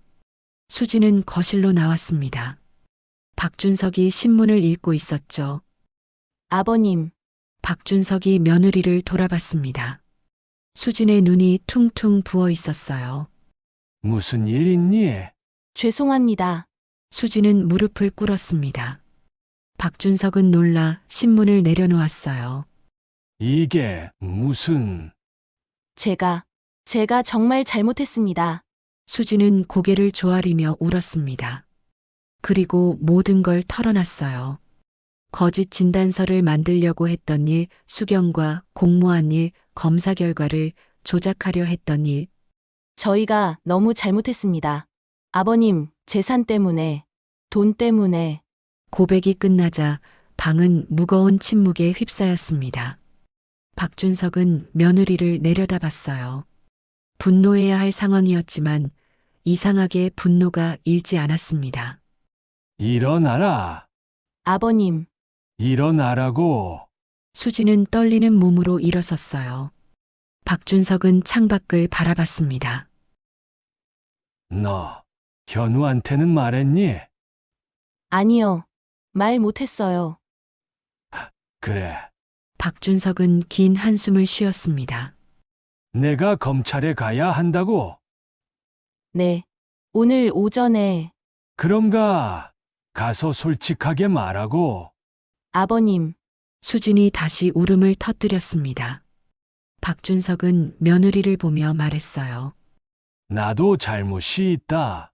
니들을 너무 몰아붙인 것 같아. 아니에요. 저희 잘못이에요. 아니야. 내가 15년 동안 현우를 외면했고 니들한테도 관심 없었어. 그게 쌓여서 이렇게 된 거지. 박준석의 목소리는 담담했습니다. 돈 때문에 사람이 망가지는구나. 아버님, 정말 죄송합니다. 수지는 몇 번이고 머리를 숙였습니다. 오전 10시 수지는 검찰청으로 향했어요. 박준석은 홀로 집에 남아 생각에 잠겼습니다. 이게 다 돈 때문이구나. 50억이라는 돈이 가족을 이렇게 망가뜨렸어요. 그는 서재로 가서 서랍을 열었습니다. 희망재단 계약서가 있었죠. 이제 더 이상 미룰 수 없어. 마음을 굳혔습니다. 저녁 현우가 일을 마치고 돌아왔어요. 온몸이 땀으로 범벅이었죠. 아버지, 다녀왔습니다. 수고했네. 힘들지만 보람 있어요. 일당도 받았어요. 현우가 봉투를 보여줬습니다. 15만 원이었어요. 이걸로 조금씩 빚을 갚을 겁니다. 박준석은 아들의 모습을 보며 미소를 지었습니다. 정말 변한 것 같았어요. 그런데 수진이는 어디 갔어요? 수진이는 집에 일이 있다고 하더라. 박준석은 며느리 일을 말하지 않았습니다. 나중에 수진이 직접 말해야 할 일이었죠. 그래요? 뭐 큰일은 아니겠죠? 현우는 씻으러 들어갔어요. 박준석은 거실에 혼자 남아 생각했습니다. 내일은 다시 김민준 변호사를 만나기로 했어요. 이번에는 정말 마지막이었습니다. 기부 계약을 완료할 거예요. 그리고 아들에게 진실을 말해줄 것입니다. 왜 자신이 이런 결정을 내렸는지 밤하늘의 별을 보며 박준석은 중얼거렸습니다. 여보, 내가 제대로 하고 있는 거 맞죠? 다음 날 오전 박준석은 법률사무소로 향했습니다. 이번에는 현우에게 말하지 않았어요. 조용히 혼자 나섰죠. 김민준 변호사가 회의실에서 기다리고 있었습니다. 회장님, 어서 오십시오. 고맙네. 박준석은 자리에 앉았어요. 테이블 위에는 이미 계약서가 준비되어 있었습니다. 희망재단 이사장님도 곧 오십니다. 그래. 박준석은 창밖을 바라봤습니다. 맑은 날씨였어요. 회장님, 민준이 조심스럽게 입을 열었습니다. 정말 후회 없으신가요? 박준석은 미소를 지었어요. 후회. 없네. 오히려 마음이 편해. 하지만 아드님께서는 현우는 알아서 잘할 거야. 이제 제 길을 찾았으니까. 박준석의 목소리는 확신에 차 있었습니다. 잠시 후 희망재단 이사장이 도착했어요. 회장님 감사합니다. 아닙니다. 제가 감사하죠. 두 사람은 악수를 나눴어요. 회장님의 기부금은 정말 많은 어르신들에게 희망이 될 겁니다. 이사장이 진심으로 말했습니다. 지금도 끼니를 거르는 노인분들이 너무 많아요. 추운 겨울을 나기 힘든 분들도. 알고 있습니다. 그래서 이렇게 결정한 겁니다. 박준석은 계약서를 펼쳤어요. 김민준이 내용을 설명하기 시작했습니다. 총 51억 원의 재산을 희망재단에 기부하십니다. 부동산은 매각 후 현금으로 전환되며 설명이 계속되는 동안 박준석은 조용히 듣고 있었어요. 이제 정말 끝이었습니다. 서명하시겠습니까? 민준이 펜을 건넸습니다. 박준석은 펜을 잡았어요. 떨리지 않았습니다. 바로 그때였습니다. 아버지, 회의실 문이 열리며 현우가 뛰어들어왔어요. 숨을 헐떡이고 있었죠. 현우, 박준석이 놀라 아들을 쳐다봤습니다. 아버지, 잠시만요. 현우가 다급하게 말했어요. 그의 작업복에는 아직 흙이 묻어 있었습니다. 내가 어떻게... 수진한테 연락받았어요. 오늘 아버지가 계약하러 가신다고. 현우는 아버지 앞으로 다가왔습니다. 아버지가 50년 동안 얼마나 힘들게 일하셨는지 이제야 조금 알 것 같아요. 현우의 눈에 눈물이 고였습니다. 아버지 마음대로 하세요. 박준석은 아들을 똑바로 바라봤어요. 그럼 왜 여기까지 온 건가? 작별 인사하러 왔어요. 작별? 네. 아버지 재산에 대한 미련을 끊으러 왔습니다. 현우는 깊게 고개를 숙였어요. 15년 동안, 아니, 평생 불효자로 살았습니다. 죄송합니다. 그의 목소리가 메었습니다. 어머니 임종도 못 지켰고 장례식도 안 갔어요. 아버지가 외로우실 때 옆에 없었습니다. 그런 제가 무슨 자격으로 아버지 재산을 바라겠어요. 그럴 자격 없어요. 현우는 주머니에서 봉투를 꺼냈습니다. 이거 며칠 일한 일당입니다. 45만 원이에요. 그는 봉투를 아버지 앞에 놓았어요. 이제부터 매달 이렇게 모을 겁니다. 빚을 갚고 제대로 살 거예요. 아버지한테 손 벌리지 않고 살겠습니다. 그게 제가 할 수 있는 마지막 효도인 것 같아요. 박준석은 아들이 놓고 간 봉투를 바라봤습니다. 45만 원. 며칠 동안 온몸이 부서지도록 일해서 번 돈이었죠. 현우야, 앉아라. 현우는 아버지 옆에 앉았어요. 박준석은 한참을 아들을 바라봤습니다. 내가 정말 변했구나. 며칠 전만 해도 안 믿었어. 또 거짓말하는 줄 알았지. 박준석의 목소리가 떨렸습니다. 하지만 내가 일하는 모습 보니까 진심이더구나. 나도 내 나이 때 그랬어. 건설 현장에서 일하면서 온몸이 쑤셨지. 아침에 일어나기도 힘들었어. 박준석은 회상에 잠겼습니다. 그런데 내가 그 힘든 일을 한다니 아버지는 기뻐. 현우의 눈에서 눈물이 흘러내렸어요. 현우야, 네. 사실은 말이야. 박준석은 깊은 숨을 들이마셨습니다. 나도 외로웠어. 15년 동안 혼자 사는 게 너무 힘들었어. 내가 보고 싶었지. 며느리도 손주들도 보고 싶었지. 박준석의 목소리에 감정이 담겼어요. 하지만 자존심 때문에 먼저 연락할 수가 없었어. 내가 어머니를 외면한 게 너무 원망스러웠거든. 죄송합니다. 아니야. 나도 잘못했다. 아버지로서 너를 제대로 키우지 못했어. 박준석은 아들의 어깨를 잡았습니다. 돈만 주면 다 해결될 줄 알았어. 그게 사랑인 줄 알았지. 하지만 틀렸더구나. 너는 돈이 아니라 아버지가 필요했던 거야. 두 사람은 서로를 바라봤어요. 15년 동안 쌓인 벽이 무너지고 있었습니다. 김민중과 이사장은 조용히 자리를 피해줬어요. 이건 아버지와 아들만의 시간이었죠. 아버지, 전 이제 달라질 거예요. 아, 네, 눈빛이 달라졌어. 박준석은 미소를 지으며 계약서를 집어들었어요. 그리고 찢어버렸습니다. 아버지, 현우가 놀라 소리쳤어요. 이사장도 깜짝 놀라 다시 들어왔습니다. 회장님, 이게 죄송합니다. 이사장님, 계약 못 하겠습니다. 박준석은 정중히 말했어요. 제 아들이 돌아왔거든요. 진짜 제 아들이. 이사장은 실망한 기색이었지만 이해한다는 듯 고개를 끄덕였어요. 알겠습니다. 아드님과 좋은 시간 보내십시오. 이사장이 나가고 회의실에는 아버지와 아들만 남았습니다. 아버지, 왜 그러세요? 기부하시려던 거. 박준석은 아들의 손을 잡았어요. 너한테 줄 거야. 하지만 조건이 있어. 조건이요? 지금 당장은 안 줘. 내가 스스로 일어설 때까지 기다릴 거야. 박준석의 눈빛이 진지했습니다.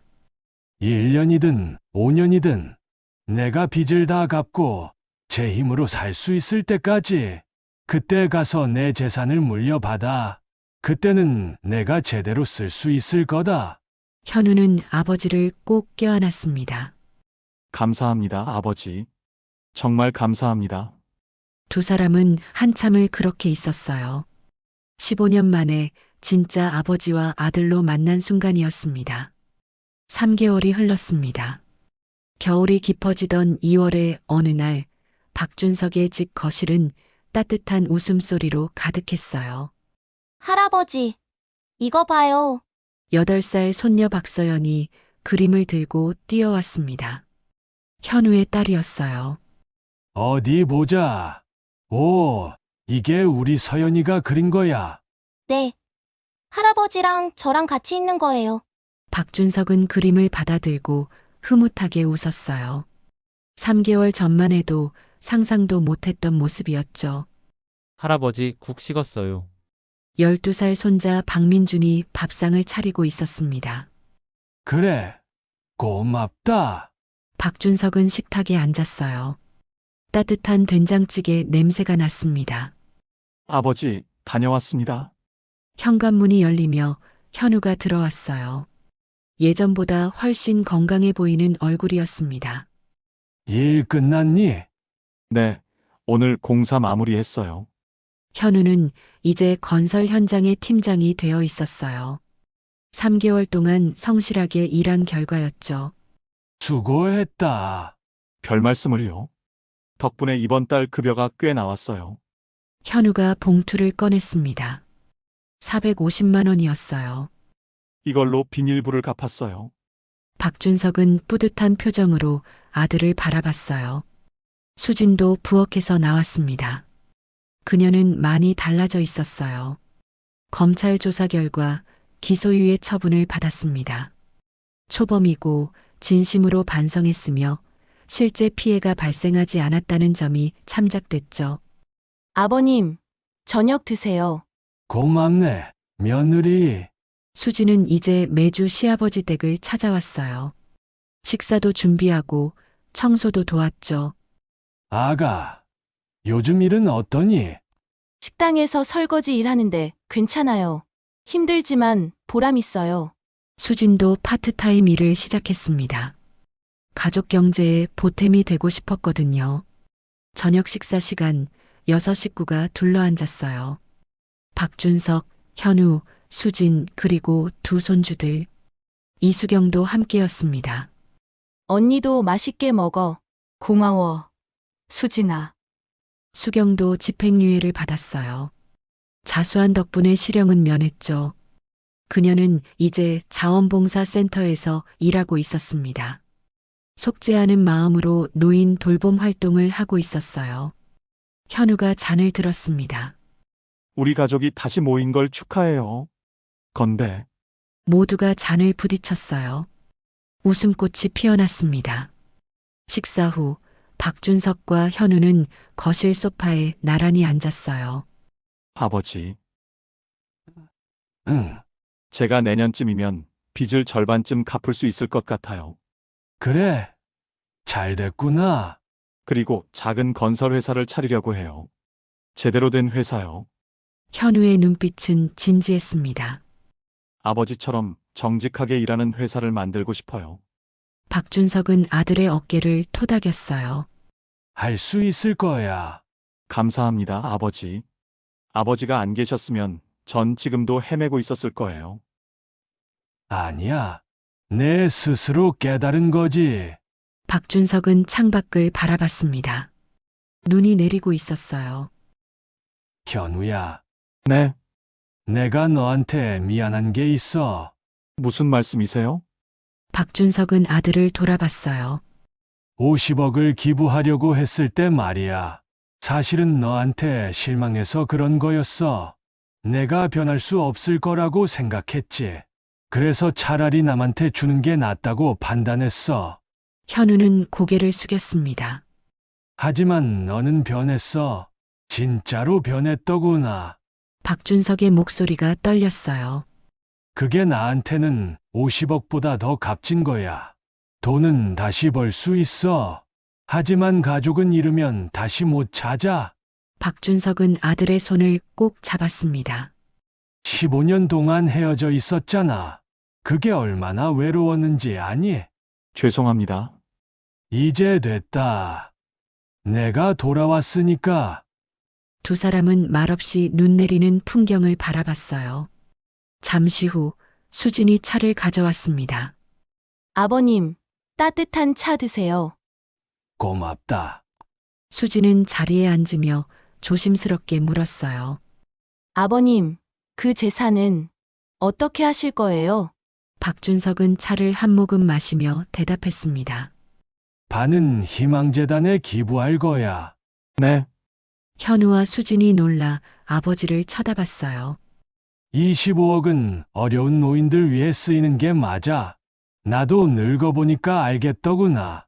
혼자 사는 노인들이 얼마나 힘든지. 그리고 나머지 25억은 너희들이 제대로 설 때까지 보관하고 있을 거다.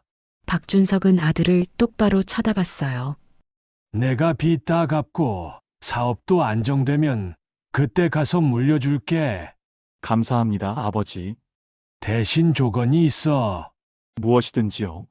그 돈으로 좋은 일 많이 해. 너도 나중에 나눔을 실천해라. 박준석의 말에 현우는 고개를 끄덕였어요. 약속드립니다. 밤이 깊어갔습니다. 손주들은 할아버지 방에서 잠이 들었어요. 박준석이 옛날 이야기를 들려주다가 함께 잠든 거였죠. 현우와 수지는 거실에서 설거지를 하고 있었습니다. 여보. 응? 고생시켜서 미안해. 앞으로는 잘할게. 우리 같이 잘하자. 두 사람은 서로를 마주보며 웃었어요.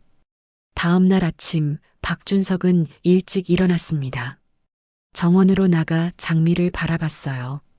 겨울이라 꽃은 지고 없었지만 봄이 오면 다시 필 거였죠.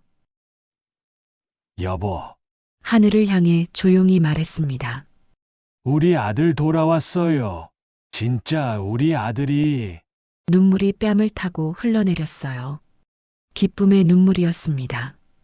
이제 마음 놓고 갈 수 있을 것 같아요. 견우가 제대로 살 거예요. 바람이 불었습니다. 아내가 대답하는 것만 같았어요. 거실에서 손주들의 제잘거리는 소리가 들렸습니다. 할아버지, 어디 가셨어요? 여기 있단다. 박준석은 활짝 웃으며 집으로 들어갔어요. 가족이 아침 식탁에 모였습니다. 따뜻한 밥 냄새, 웃음소리.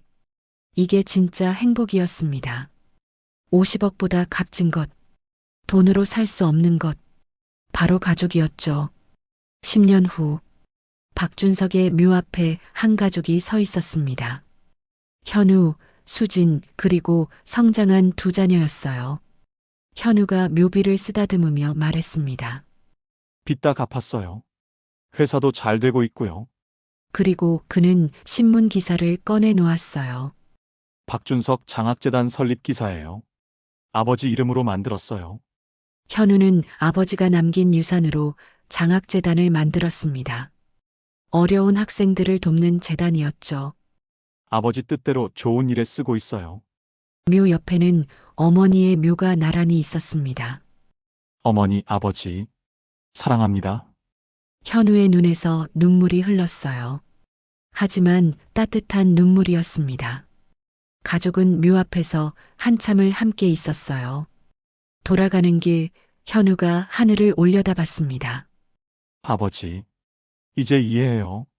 그는 중얼거렸어요. 진짜 유산은 돈이 아니라 가르침이었다는 걸. 박준석이 남긴 것은 50억이 아니었습니다. 제대로 사는 법이었어요. 사랑하는 법이었죠. 나누는 법이었습니다. 그것이 진짜 재산이었습니다. 처음 50억 기부 소식에 찾아온 아들. 거짓과 욕심으로 얼룩진 시간들. 하지만 결국 진심을 되찾고 진짜 가족으로 돌아온 그들. 돈보다 소중한 것은 사람이었습니다. 늦었지만 그들은 깨달았죠. 박준석 할아버지는 돈이 아닌 삶의 방식을 아들에게 물려주었습니다.